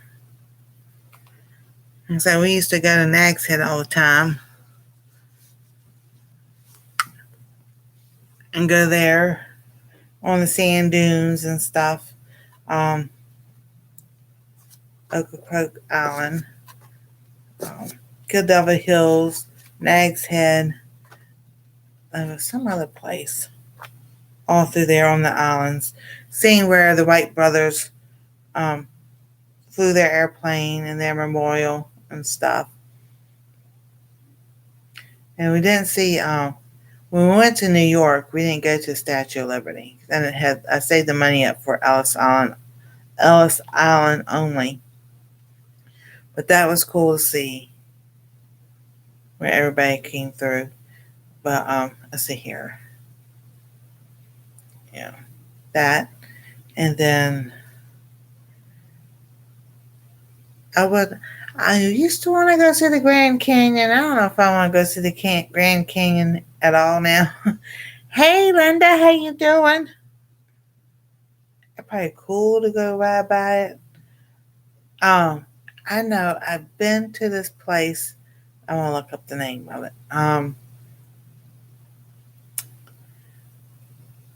right, so we've been to Luray Caverns. Let's see here.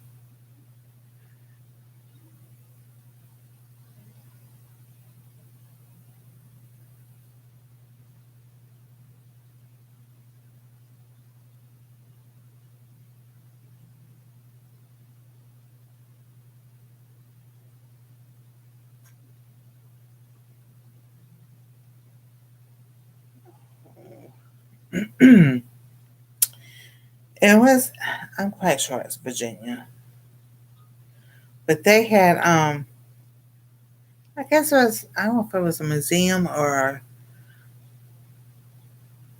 kind of like a amusement park, but they had the little women's shoe and there was a bunch of other things. I cannot remember what it was.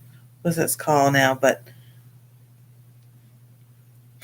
yeah, all that's been there, the Lake Caverns and the mountains. I got a story for y'all in a few minutes, in just a second or so.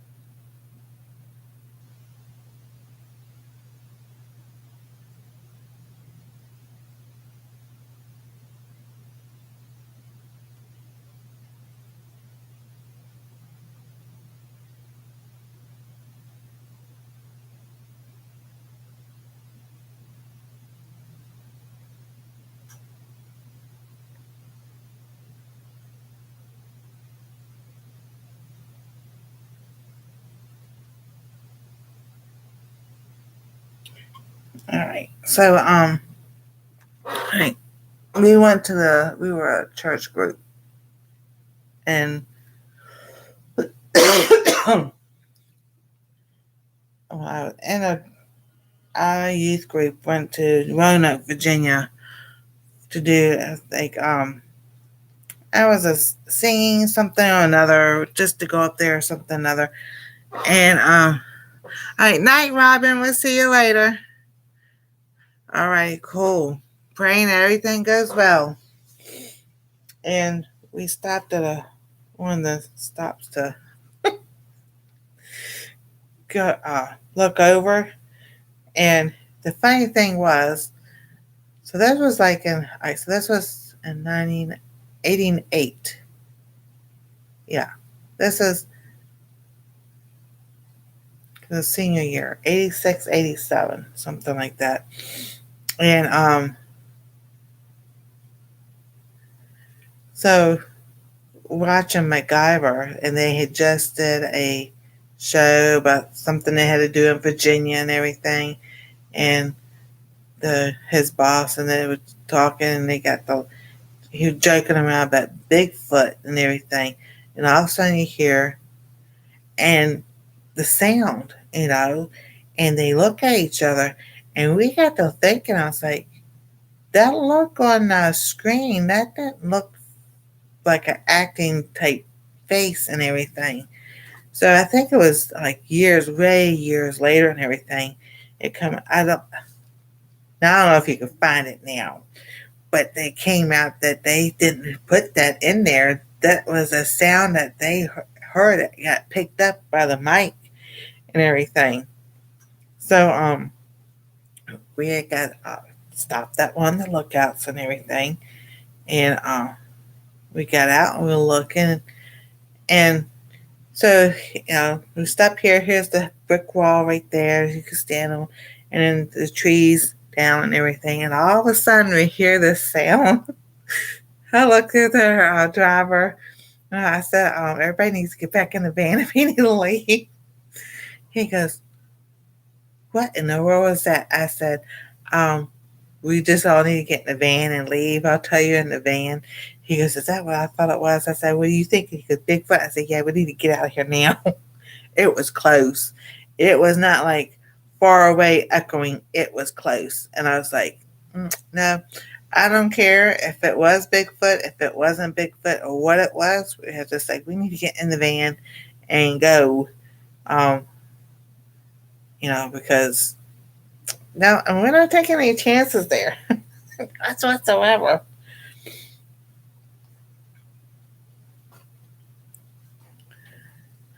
I just thought it was ironic. We like the week before, it was on the show, and then I'm listening to it that hear the same thing and everything.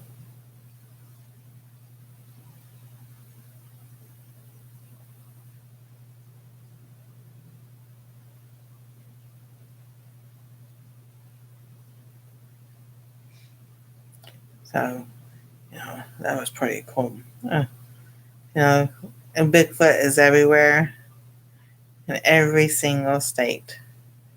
So I'm wondering,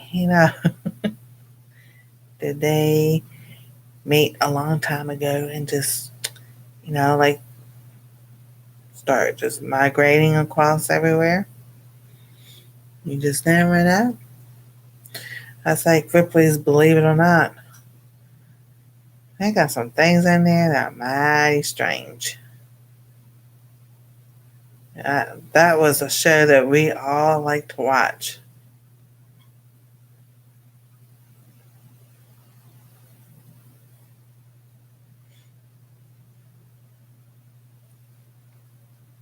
And then let's see here. It was that. Oh, this is some which y'all remember Chips, Punch and John and everything. My best friend and I got the looking at the phone book and see if there's any Eric Estradas in the phone book. Not realizing that that was a like the surname Estrada is like um be like Smith and Jones from it's just like a common last name, Hispanic last name. Just like what Smith and Jones would be for the colonial Americans or whatever, growing up, But we thought that was funny.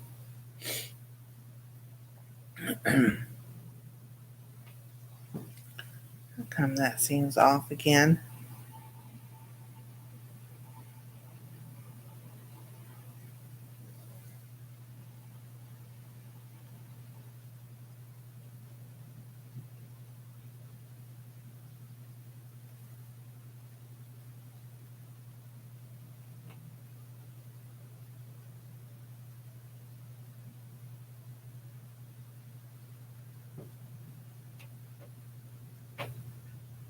Oh well. That was Anastasia in the bathroom. So my best friend and I started calling the phone numbers. We had one guy. He said, "Yeah, I'm at Heritage," and he played along that it was him from the TV show and everything. I was like, but then we found out later on, years later on, that he actually had a house in Richmond, Virginia. So it was like, well, that probably could have been him, and just never know. And I'll look it up. He did live in Virginia. I think he lives in Iowa now. He actually became a cop. So, and he did have like played extras on Emergency. He did like 3 or 4 shows on that one.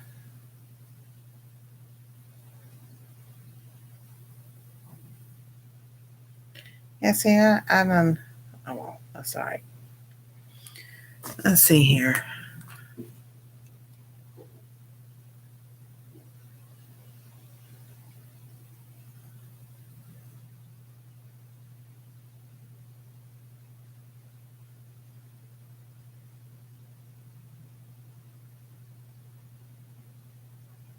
Yep, he's 76 years old, born March 16th, 1949. Let me see here.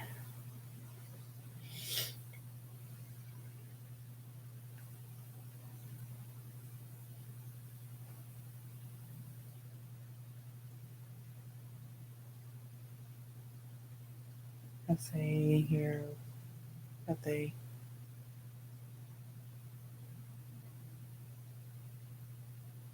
In 1995, he made special guest appearances as Punch and punk rock band Bad Religion music video.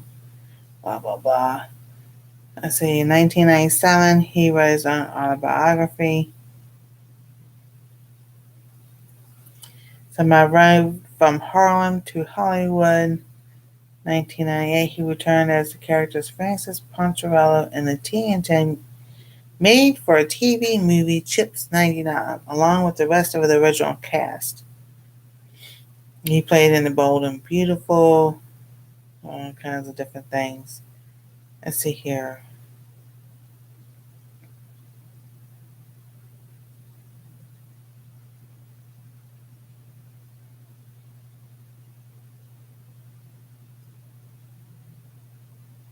I hear this. Eric Estrada became a reserve police officer for the Muniz Police Department, depicted on Armed and Famous. He moved to Virginia when he was a ICAC Internet Crimes Against Children investigator for 8 years in Bedford County, Virginia.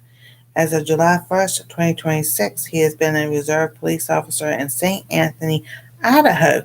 So he's near Karma. I think Karma go get his autograph.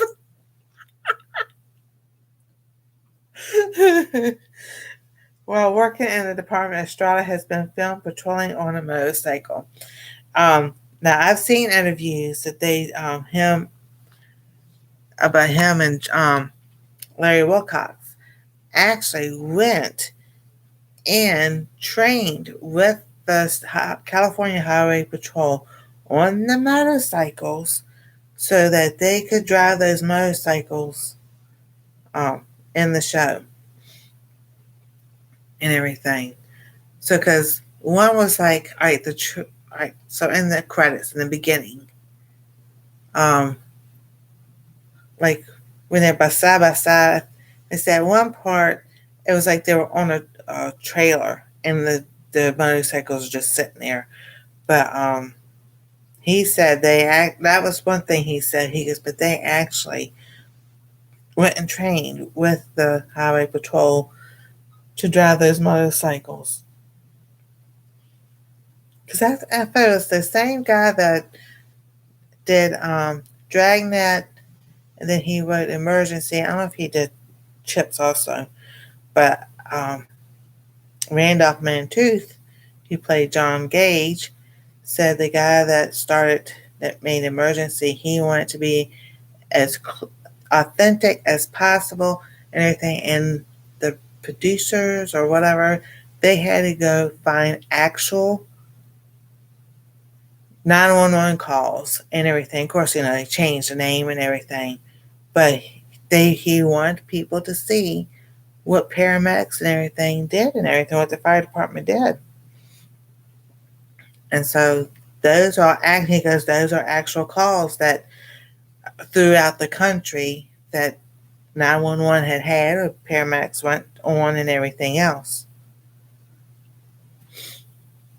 So I think that was pretty cool. I was like, oh, that's so cool.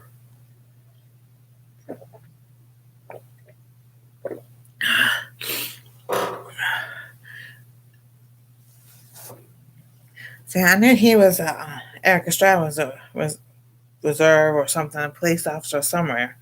So I thought that was pretty cool.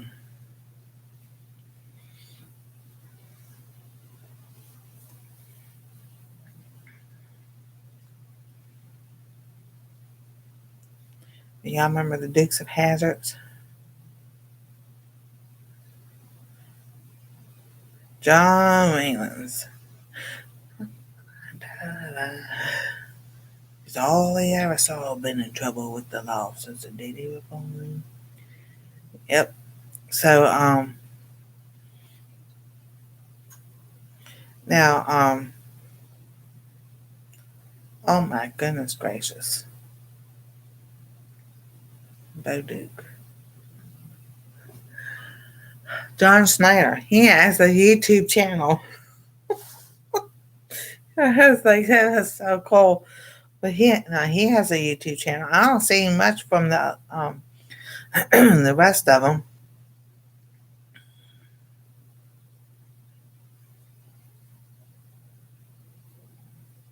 And Larry Wilcox, he got into being a producer and everything um, because watching Murder She Wrote, the credits, he did a couple of shows. He was on a couple of her shows, and he was like assistant producer or something or other. But Angela Lansbury actually was like the executive producer of that show. So I was like, wow.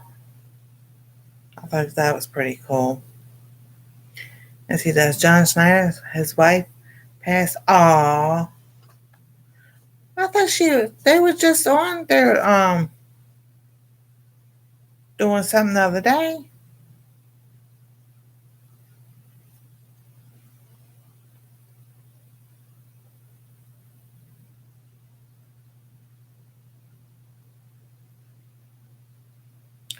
When you're talking about these stars,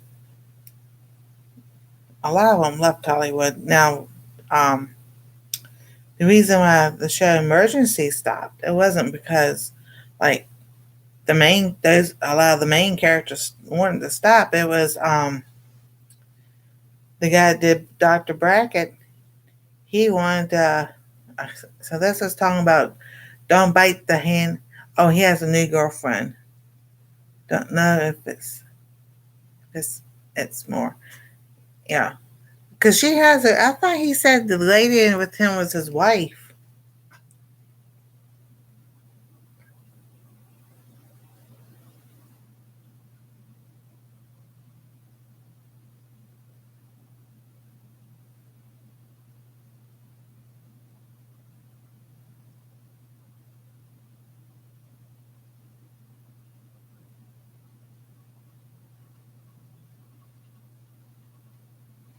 I saw Dee Dee Binky is.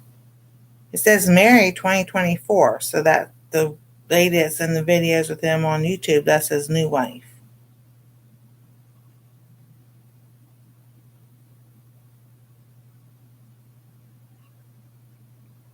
So,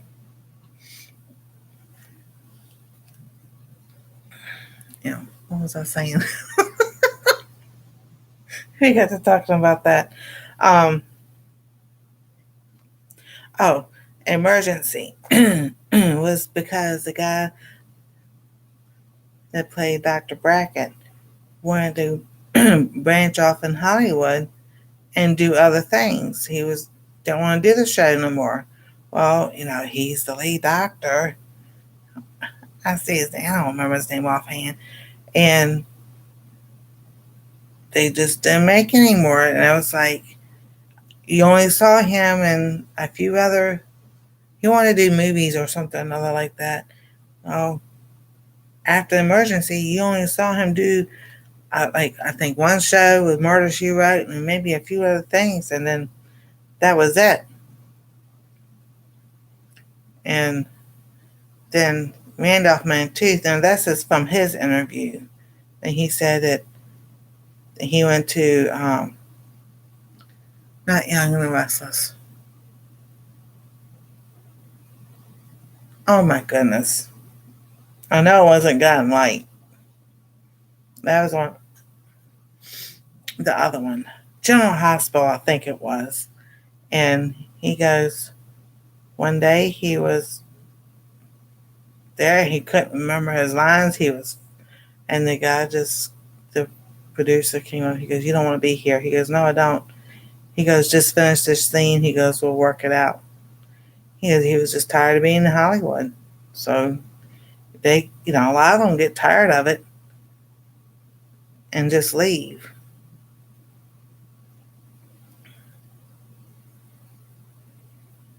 But as far as to me, I was gonna say that's we hear the saying, don't bite the hand that feeds you, because Emergency was doing well.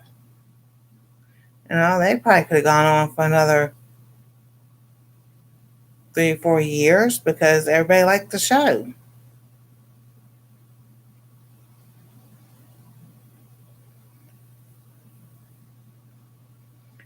So, well, like, because back in the day, you didn't hear all the stuff like you have now and everything. If a show didn't come back, you waiting for to look in the TV guide or call it the green section of the newspaper to see what the next season was going to be, and then it was nothing, and you know you didn't hear anything for years. Well, they just didn't want to do it no more. So, I was like, oh, just leave your fans hanging like that. Don't give them no closure whatsoever. You know, so it's like,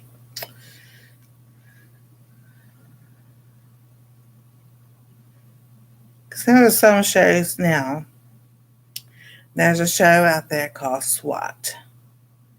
Now, back in the 70s, there was a show came out called SWAT. It only was there for 1 year, one season.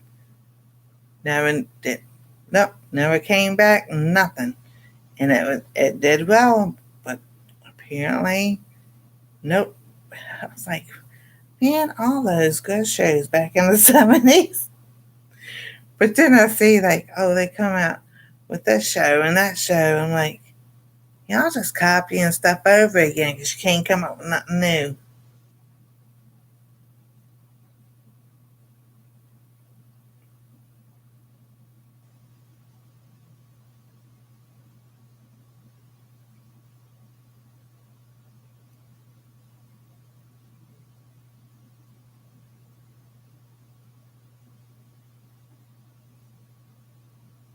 You know?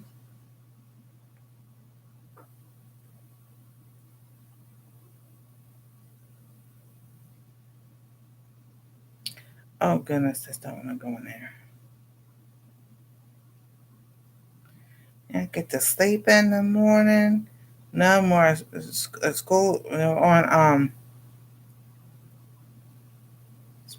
Christmas vacation.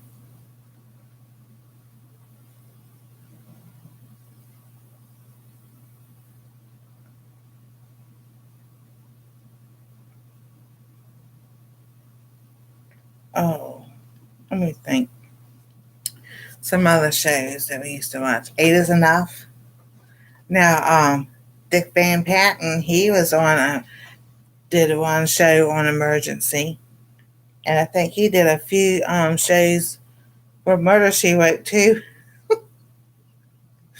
Because it's like, wow, seeing all these people, you know, watching it again. It's like, well, they did this show and that this show, or the kid actors and actresses. It's like they were on that show, man. I didn't realize that's who that was.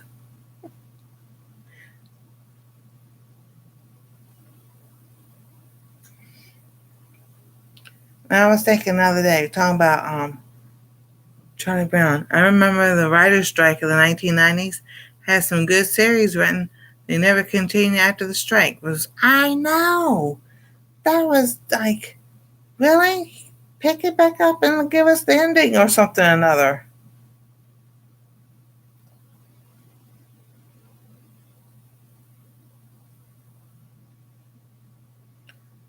You know? I know. Okay, dokie, in real life, things keep going.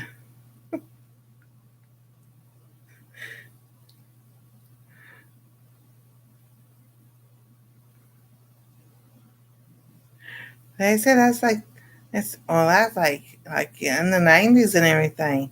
Um, you know, you're famous one day in Hollywood, the next day they throw you out to the dog, throw you out. They don't want you there no more.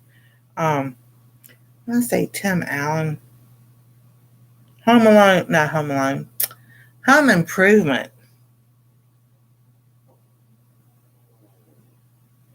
and then he did the Santa Claus movie. Yeah, exactly. In real life, it does continue on.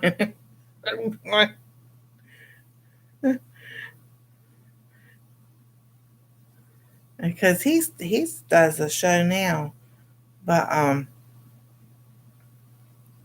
him and like Mel Gibson, um oh my goodness, there's a few other ones that um Pierce Bronson. I'm trying to think of a couple more I've seen. They all give their testimony.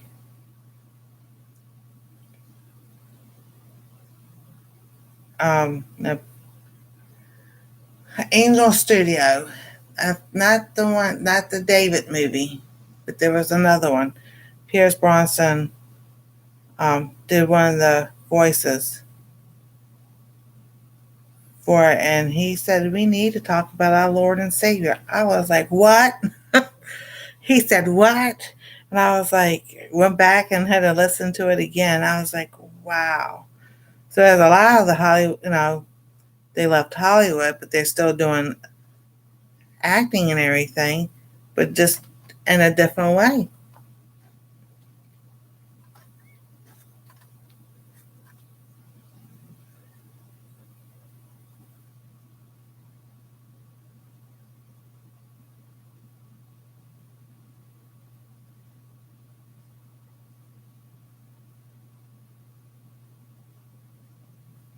So,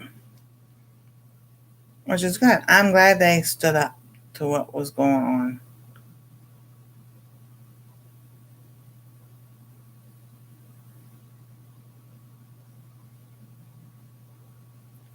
and everything. So Angel Studios, what is the other one called? I'm trying to think.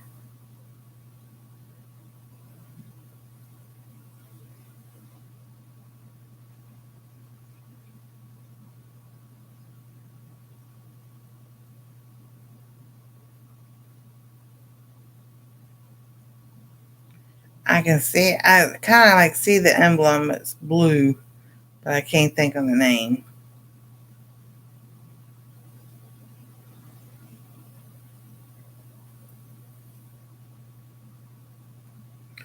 But Kevin Lawson, he's on Instagram. I think he's. I don't know about YouTube. I know Instagram and everything. He has a wonderful testimony about not, his life and everything. His mom was a single parent and everything, but he said the Lord just gave him the platform. He goes and talking about never giving, don't give up on. Is it the one with grace in the name? I think so. I think that's what it is. And he always wanted to be an actor, and then Instagram and all that stuff started. He he's all right. He prayed. He's all right. Lord, you give me this platform. He goes. It took him a couple of years for it to really do anything. He goes. Sometimes he felt less than a man because he couldn't provide for his family. Well, I know what his wife does for a living. So but as he goes, as being a husband, I'm supposed to provide. And then he goes, like 2 years into it, everything, all of a sudden, the things just start taking off and everything. And so this is 20, so 2022, is it 21, 22, 21, or somewhere around there, that time frame. Um, Someone contacted him about being in a TV show. He didn't answer because he didn't thought it was real. Because all the scammers on there, and he finally answered and everything. And it was like the Lord, right time and right place, and everything he was doing. The Lord opened those doors, and now he's made the movie Homestead. Let me get him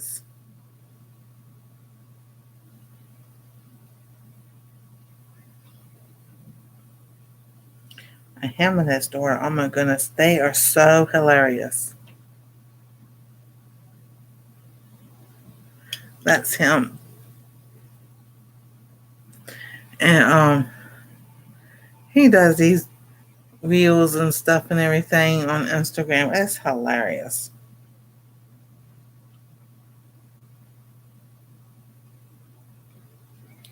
I see here.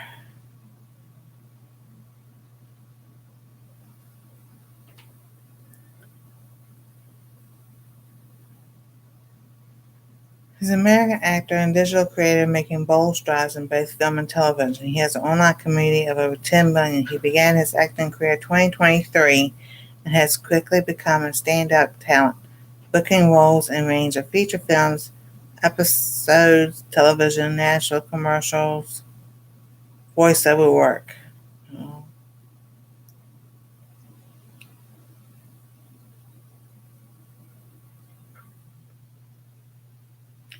The Homestead series, it says The Exorcist Files. I didn't know he did that. He's on one. The Chef, Blue Ridge, that's another series that's been doing the Homestead movie.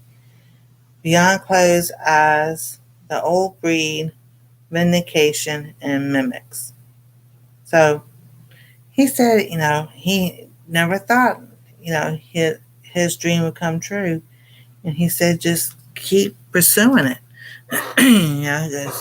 That's God's timing is, always right.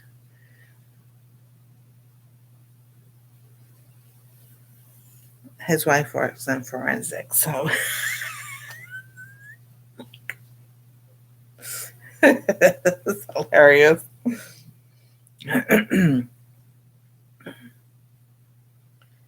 you know,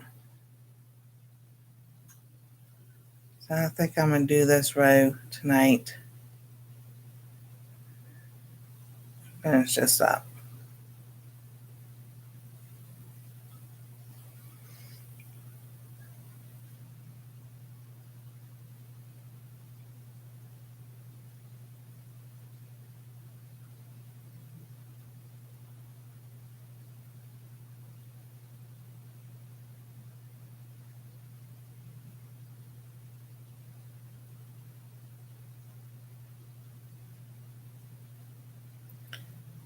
So that's, things that I've done, people I've met, people I've talked to. Um, yeah, coming all there, Castratus and the phone book to see if he's the one on TV. Oh goodness. We wouldn't do that now.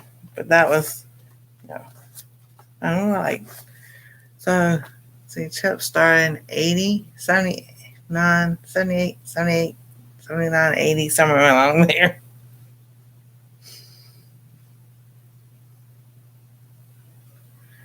And of course, back then we didn't have caller ID either. So you go, didn't have any calling where you were coming from.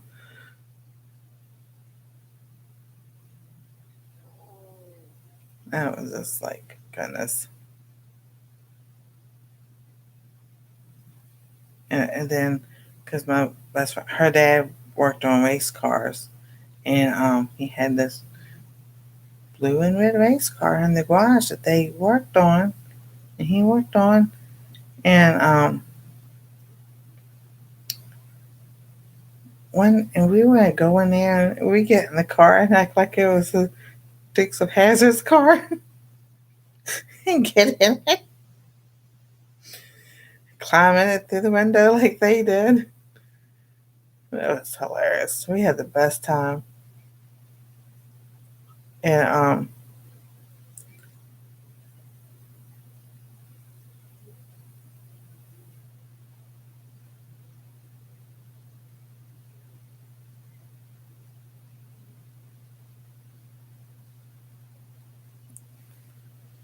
alrighty. So I don't know. I think I'm just gonna finish up right there. My finger's bothering me.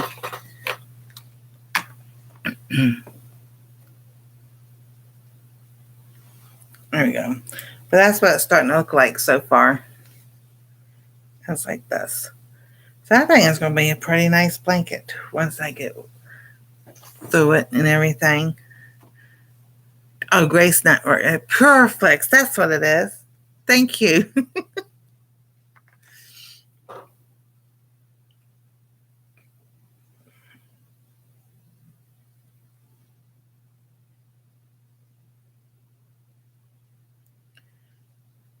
Let's see here. See if I can find the picture I'm looking for.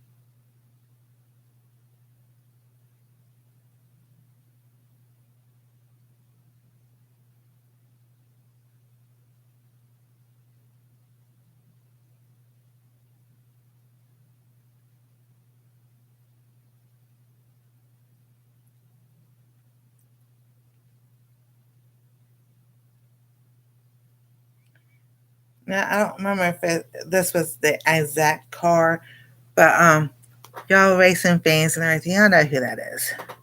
That's Richard Petty.